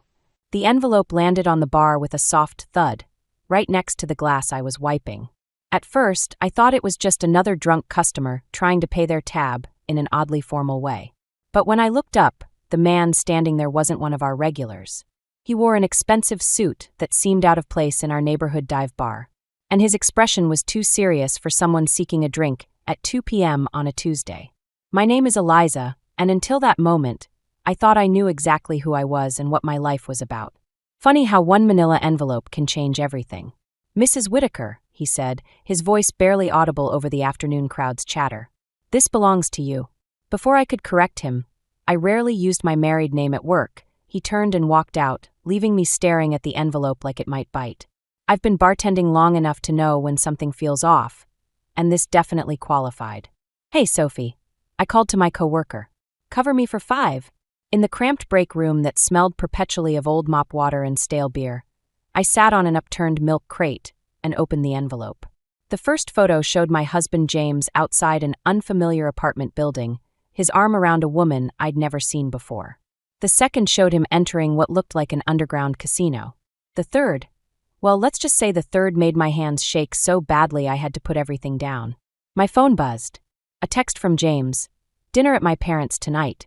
Don't forget, Mom's making that salmon you hate.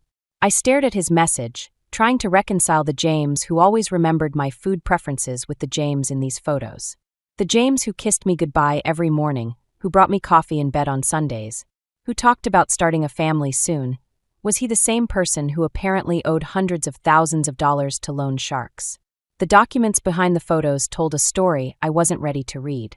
Bank statements, IOUs, and what looked like threatening letters, all painting a picture of a man I thought I knew, but clearly didn't. Eliza.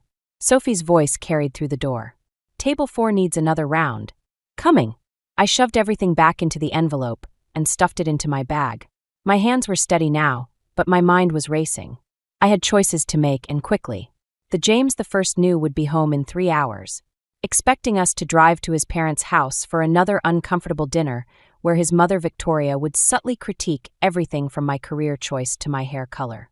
Back at the bar, I mechanically mixed drinks and made small talk, but my thoughts kept drifting to the envelope in my bag. A man at the end of the bar caught my eye, another suit, watching me too intently. When I looked again, he was gone, but a business card sat where he'd been. The card was blank except for a phone number and 2 words. For help. My phone buzzed again. James, got out of work early. Pick you up at the bar? We can head straight to Mom and Dad's. I typed and retyped my response several times before settling on. Sounds good. See you soon. The weight of the envelope in my bag felt like it was pulling me down into some dark place I wasn't sure I wanted to explore. But as I watched the afternoon sun slant through the bar's grimy windows, I knew I couldn't go back to not knowing. The truth was out there now, like a bell that couldn't be unrung. James would be here in 20 minutes. I had until then to decide. Confront him now in public, where he couldn't lie his way out of it. Or play along, go to his parents' house, smile through Victoria's backhanded compliments, and use the time to figure out just how deep this rabbit hole went. I pulled out the business card and stared at that phone number, wondering if dialing it would make things better or infinitely worse. The Whitakers' dining room always felt like a stage set, with everyone playing their assigned roles. Tonight, the familiar scene felt surreal as I sat across from James, watching him casually discuss his day at work while the weight of that envelope pressed against my ribs from inside my jacket pocket. Victoria swept in from the kitchen, carrying her signature salmon dish like it was a crown jewel. "Eliza, dear, I hope you've developed a taste for proper fish since last time. Though I suppose working in that bar, you're more accustomed to fried things." I forced a smile, catching James's slight eye roll. Once, that shared moment of irritation at his mother's snobbery would have felt like us against the world. Now it just felt hollow. "The salmon looks lovely, Victoria," I lied. James squeezed my knee under the table, our old signal for play nice. His hand felt foreign now, and I had to resist the urge to brush it away. Harold joined us, laptop in hand despite Victoria's no devices at dinner rule. James' son, Ryan Blake, called my office today. Something about a business proposition. I felt James tense beside me. "Just a small investment opportunity, Dad. Nothing concrete yet." "The same Ryan Blake who lost his real estate license last year?" Victoria's perfectly shaped eyebrows arched. "Really, James, you need to be more selective about your associations. Especially with your father's campaign coming up." The campaign? Everything in the Whitaker household revolved around Harold's bid for state senate lately. I wondered if they knew how their precious family image would fare if those photos got out. "Speaking of associations," Victoria continued, cutting her salmon with surgical precision, "I ran into Charlotte Morrison at the club today. Her daughter just made partner at Henderson and Ross. Wasn't that where you interviewed before? Choosing your current path, Eliza?" Before I could respond, James's phone buzzed. He checked it under the table, his face flickering with something I wouldn't have noticed 2 hours ago. "Fear? Guilt?" "Excuse me," he said, standing abruptly. "Work call." Harold frowned. "At this hour? Markets never sleep, Dad." James kissed my cheek before leaving. Another performance for his parents' benefit. Through the dining room's French doors, I could see him pacing on the terrace, gesturing animatedly. A text lit up my own phone, Mia asking if I was okay. I'd sent her a photo of one of the documents earlier, needing someone else to confirm I wasn't losing my mind. "Eliza," Harold's voice pulled me back. "How are things at the bar?" "Still finding it fulfilling." The way he said fulfilling made it sound like a terminal illness. I opened my mouth to deliver my usual defensive response about honest work, but something stopped me. Maybe it was the envelope burning a hole in my pocket, or maybe I was just tired of the script. "Actually, Harold, I've been thinking about making some changes." I watched his expression shift from condescension to interest. "Big changes." Victoria set down her fork. "Oh, finally considering a more suitable career." Before I could elaborate, James returned, his face flushed despite the cool evening air. "Sorry about that. What did I miss?" "Your wife was just about to share some news about her career plans," Harold said, studying me with new intensity. I met James's questioning look with a bland smile. "Just thinking out loud. Nothing concrete yet." The rest of dinner passed in a blur of pointed comments and practiced responses. As we drove home, James kept glancing at me. "You're quiet tonight," he said finally. "Long day." I watched his hands on the steering wheel, remembering the photos of those same hands holding another woman. "Hey, how's Ryan doing these days? Haven't seen him around lately." James's knuckles whitened slightly. "Good, I think." "Why?" "No reason. Just curious about that investment opportunity your dad mentioned." He changed lanes abruptly, cutting off another driver. "It's nothing exciting. Just some boring real estate stuff." I nodded, noting how he didn't actually answer the question. In my pocket, my phone buzzed again, probably Mia, waiting to hear if I'd confronted him yet. But I was starting to realize that this game required patience. And maybe, just maybe, I could learn to play it better than the Whitakers. Following the key James had accidentally left in his other pants was like following a trail of breadcrumbs to my own destruction. The storage facility sat on the outskirts of town, the kind of place people store things they want to forget. Or hide. "You sure about this?" Mia asked, her breath visible in the cold morning air. She'd called in sick to her teaching job to come with me, proving once again why she was my best friend. No, I admitted, fitting the key into the lock. But I need to know. The metal door groaned open, revealing stacks of designer boxes and what looked like casino equipment. A professional roulette will caught the beam of my flashlight, along with high-end poker tables folded against the wall. Holy shit, Mia whispered, picking up a Rolex box. This is worth more than my car. I was about to respond when voices echoed from around the corner. We killed the flashlight and ducked behind a stack of boxes, my heart hammering so loud I was sure it would give us away. Can't keep stalling them, James. Ryan's voice. These aren't the kind of people who accept excuses. I know. James sounded desperate in a way I'd never heard before. But if my father finds out before the campaign launch, your father's campaign will be the least of your problems if you don't pay up. And what about Rebecca? Keep your voice down, James hissed. No one can know about her. Especially not Eliza. My fingers dug into Mia's arm. Rebecca. The woman from the photos had a name now. Yeah, well, Rebecca's getting impatient too. Says she's tired of being your dirty little secret. I'll handle it. I just need time to move some things around, maybe sell some of this stuff. Their voices faded as they walked away. I waited until their footsteps disappeared completely before letting out the breath I'd been holding. Eliza. Mia started. Don't. I stood up, my legs shaky. Just. Help me look around. We found more than I was ready for. Credit card statements showing massive cash advances.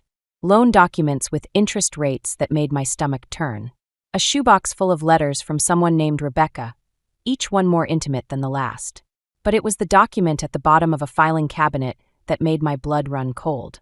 Papers for a second mortgage on our house, with what looked like my forged signature. I'm calling the police, Mia declared, pulling out her phone. Wait! I grabbed her wrist. We need to be smart about this. The Whitakers have half the police force in their pocket. Then what's your plan? Because this isn't just about affairs anymore, Eliza. This is fraud. Before I could answer, my phone buzzed. Victoria. Brunch tomorrow at the club. Non-negotiable. Harold has news about James's promotion. I stared at the message, something clicking into place. The promotion James had been hinting at. The one that would finally prove himself to his father. The one that would give him access to the company's accounts. We need to document everything, I said, starting to take photos. But we can't let them know we know. Not yet.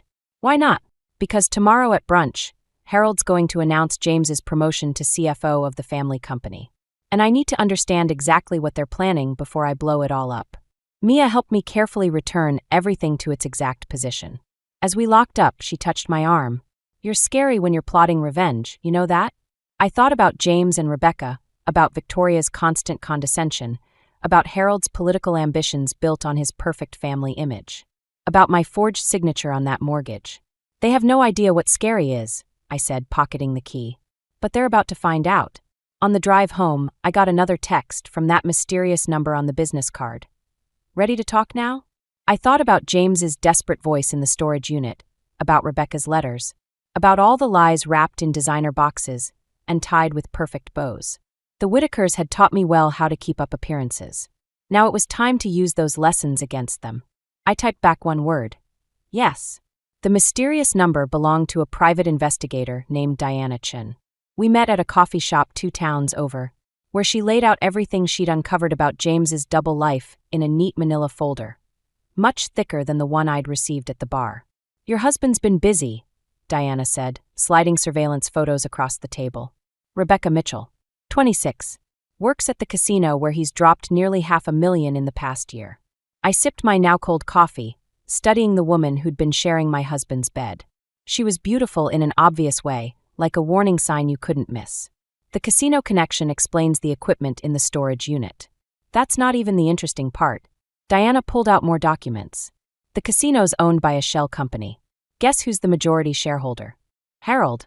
I said, the pieces clicking into place. Bingo. Your father-in-law's been using it to launder money for years. James's gambling debts? They're real, but they're also cover for something bigger. My phone buzzed, James asking where I was. I ignored it. Why are you showing me all this? I asked. Who hired you? Diana's smile was sharp. Let's just say Harold Whitaker's political ambitions have made him some powerful enemies. People who'd love to see his campaign derailed before it begins. I was about to press for more details when I spotted Ryan Blake through the coffee shop window, walking past. I ducked instinctively, but he'd already seen me. The bell above the door chimed. Eliza? Funny running into you here. Diana smoothly gathered the photos while I forced a smile. Ryan, just getting coffee with a friend. His eyes flickered between us, lingering on Diana's briefcase. James mentioned you've been acting strange lately. Said you're not sleeping well. Work stress, I lied. You know how it is. Sure. He checked his phone. Hey, speaking of James, we're meeting for drinks later at Murphy's. You should join us. Can't. Covering someone's shift. The lie came easily now. After Ryan left, Diana leaned forward. He'll tell James about seeing you here. I know. I stood up, decision made. Which means I need to confront James tonight, before he spins this into something else. That's not wise, Diana warned. We need more time to. No. I'm done waiting. I grabbed my coat. But I might need your help later. At home, I found James in his study, phone pressed to his ear. He ended the call when he saw me. Hey babe. Rough day. He tried to kiss me, but I stepped back. Who's Rebecca Mitchell? The change in his expression was subtle, a tightening around the eyes, a slight clench of his jaw. Who? Don't. My voice cracked. Just. Don't lie to me. Not anymore. He sank into his chair, running his hands through his hair. His tell when he's calculating his next move. It's not what you think. Really? Because I think you're sleeping with a casino employee while gambling away our future and committing fraud with your father's help. His head snapped up. What did you say? The storage unit, James. The forged mortgage documents. The shell company. I know everything. He stood slowly, something dangerous flickering in his eyes. Who have you been talking to? Does it matter? It matters if you're threatening my father's campaign. He moved closer, his charm replaced by something colder. Do you have any idea what you're getting involved in? Are you threatening me? I'm trying to protect you. He grabbed my arm. Whatever you think you know. I yanked away. Don't touch me. Eliza, please. His voice softened, but his eyes stayed hard. We can fix this. I'll explain everything. Like you explained the mortgage? Or the gambling debts? Or Rebecca? If you just let me. I want a divorce. The words hung between us like a loaded gun. James laughed, but it wasn't the warm sound I'd fallen in love with years ago. No, he said simply. You don't. Excuse me. Think carefully about your next move, Eliza. He straightened his tie, mask firmly back in place. You're not the only one who can gather evidence. As I watched him walk away, I realized Diana was right. I should have waited.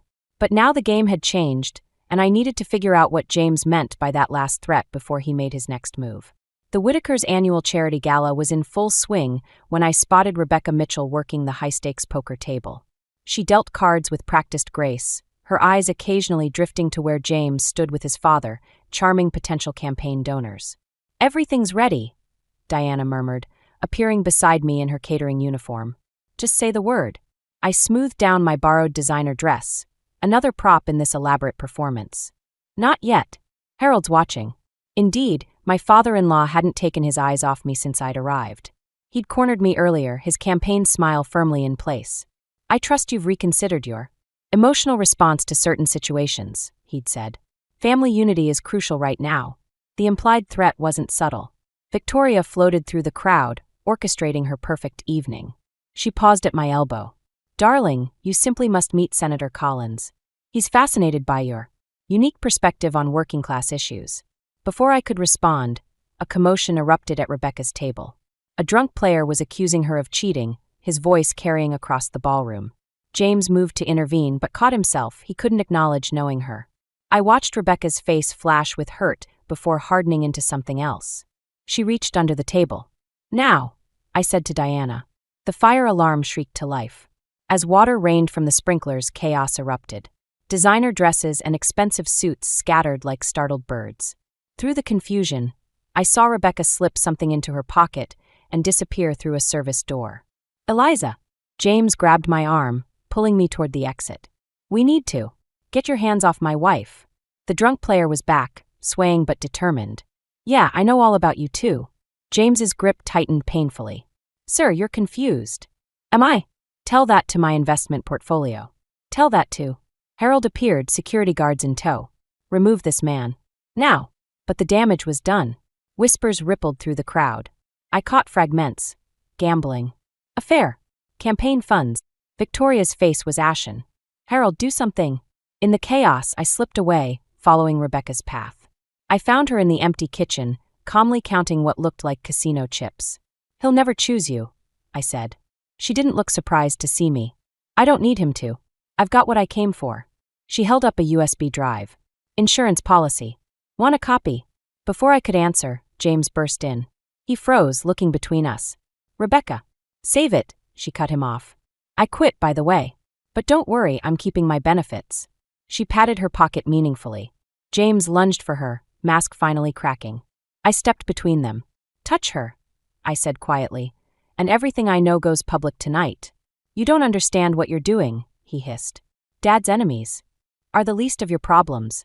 Harold's voice boomed from the doorway. He looked at Rebecca. "Whatever she's paying you, I'll double it." Rebecca laughed. "Bold of you to assume she's the one who hired me." The implications hung heavy in the air. Harold's campaign smile slipped just slightly. "James," he said, "handle your wife." "Now, like he handled the mortgage fraud?"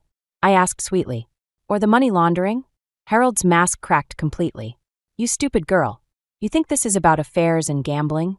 You have no idea what you're playing with."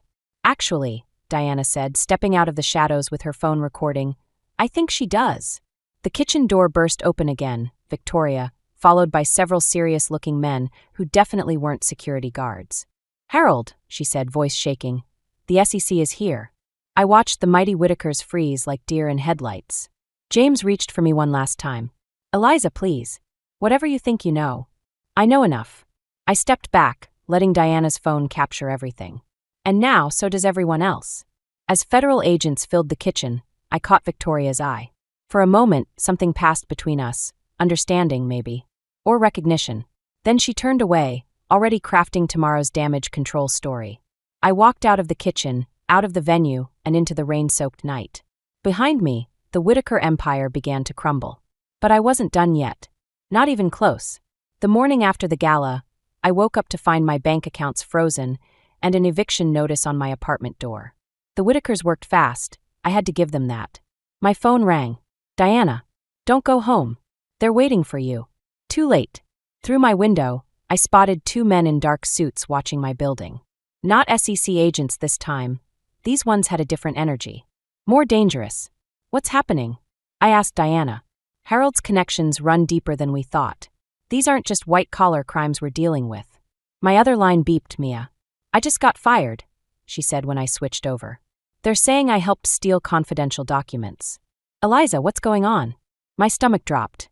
They were going after everyone I cared about. I grabbed my emergency bag, packed days ago, thank God, and slipped out the fire escape. As I hit the alley, a familiar voice stopped me.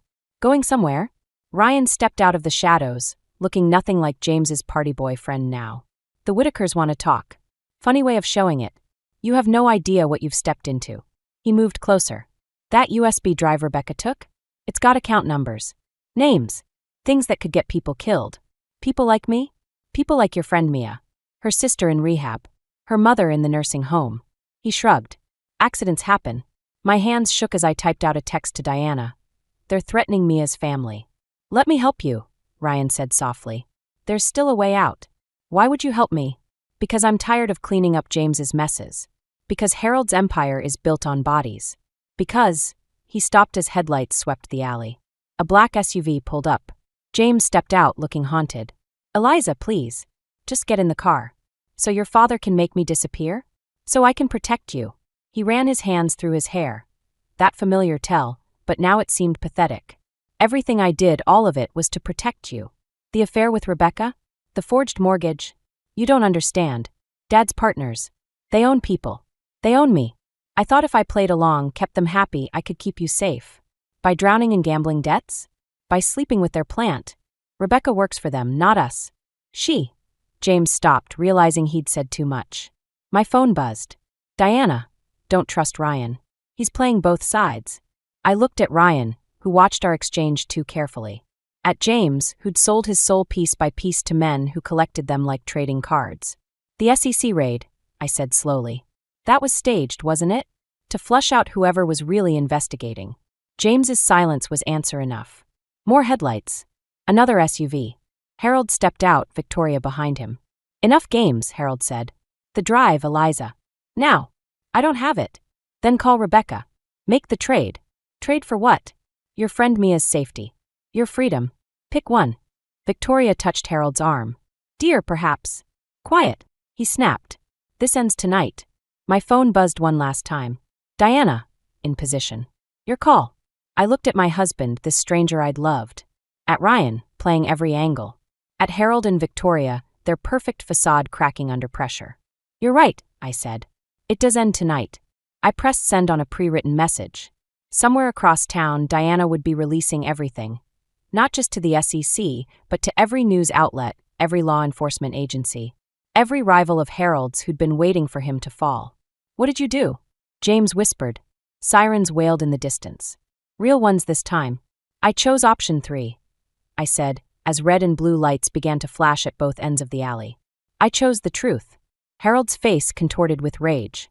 He reached into his jacket, but Ryan was faster, drawing a gun. Federal agent, he said, his badge appearing in his other hand. Everyone on the ground. Now, as the alley erupted in chaos, I realized this wasn't the end at all. It was just the beginning of a much bigger war. The safe house felt anything but safe. I sat across from Harold Whitaker in a sparse federal protection room, watching him try to negotiate his way out of hell one last time. You're smarter than this, Eliza, he said, sliding a document across the table. Sign it. Walk away with enough money to start fresh. Everyone wins. Ryan stood in the corner, his federal badge glinting under fluorescent lights. Diana sat beside me, reviewing the contract's language. It's a trap, she murmured. The clause about prior knowledge, it makes you complicit in everything they did before you came forward. Of course it does, I said, loud enough for Harold to hear. Because this isn't about money. It's about finding a scapegoat. Harold's campaign smile flickered. You're overlooking the bigger picture. James is cooperating with federal investigators, Ryan cut in. He's trading everything he knows about your operation for a reduced sentence. The news hit Harold like a physical blow. His mask slipped completely, revealing something ugly underneath. My own son wouldn't dare. The door opened. Victoria swept in, looking perfectly composed despite everything. He already has Harold. It's over. I watched them carefully, remembering every subtle dig, every backhanded compliment, every moment they'd made me feel small. But Victoria's next words shocked me. Sign it, Eliza, she said softly. Not for Harold. For me. Victoria, Harold warned. No. She straightened, something fierce in her eyes. I won't let you destroy another young woman to save yourself. The room went still. Harold's face darkened. What did you do? I gave Diana the original documents. From 20 years ago. About Sarah. The name meant nothing to me, but Harold went pale. You swore. I swore to protect our family, Victoria snapped. I watched you drive Sarah to suicide to protect your first campaign. I won't watch you do it again. My phone buzzed. A message from Rebecca. USB drive uploaded. Check the news. Harold's phone chimed next. Then Ryan's. Then Diana's. A cascade of notifications as 20 years of buried secrets surfaced. You could have had a clean exit, Harold said, his voice deadly quiet. Now you'll lose everything. No, I replied, standing. You will. The door burst open again. James stumbled in, looking haunted. Dad, they're here. All of them. Press, FBI, everyone. Harold lunged for the contract, but Ryan was faster. That's federal evidence now. Evidence of what? I asked Victoria.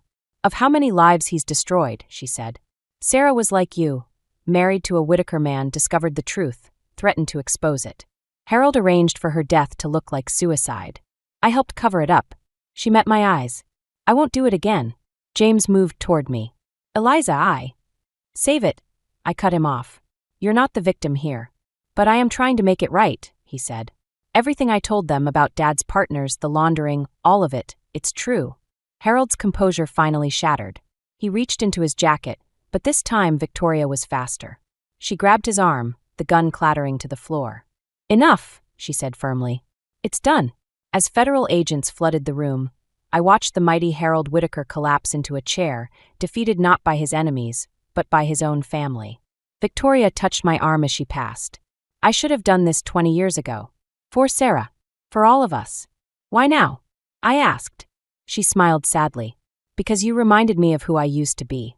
Before I let fear make me complicit. As they led Harold away, James tried one last time. I did love you, you know. I thought about the scared bartender I'd been just weeks ago, desperate for approval from a family built on lies. I know, I said. But love isn't enough when it's wrapped in betrayal. Through the window, camera flashes lit up the night like lightning. The Whittaker Empire was falling, and I was finally free of its ruins. But something in Victoria's eyes told me there were more storms ahead. 6 months after the Whittaker Empire crumbled, I found myself back behind a bar. But this time it was my own. The insurance money from Sarah's case had helped me buy the place, a small irony I appreciated every time I opened the doors. Mia sat at the counter, grading papers from her new teaching job across town. "Have you seen the news? James took the plea deal." I nodded, polishing glasses more carefully than necessary. 5 years for his role in Harold's schemes. His testimony had helped bring down bigger players, including some of Harold's mysterious partners. The press called it justice. I wasn't sure what to call it anymore. The door chimed. Diana walked in, looking more relaxed in civilian clothes. She'd left the agency after everything, started her own security consulting firm. "Speaking of news," she said, sliding a thick envelope across the bar. Victoria's letter arrived at the safe address. My hands didn't shake as I opened it. They hadn't shaken in months. Inside was a deed to a small beach house, along with a handwritten note. "Sarah would have wanted you to have this. It's where she was happiest, before Harold destroyed her. Before I helped him do it, make better memories there than we did." "There's more," Diana said quietly. A photograph fell out. A younger Victoria stood on that same beach, arm around a woman who could have been my sister. Same wild hair, same defiant smile. "Sarah, turn it over," Mia whispered. On the back in faded ink, "Sarah and Victoria, sisters, summer before the wedding." The pieces clicked into place. Victoria hadn't just covered up Sarah's death. She'd helped destroy her own sister to protect Harold's ambitions. No wonder she'd seen herself in me. My phone buzzed. A text from Ryan. "Harold's partners are making moves. Watch your back." "You need to be careful," Diana warned. "The story isn't over just because Harold's in prison. It's never really over, is it?"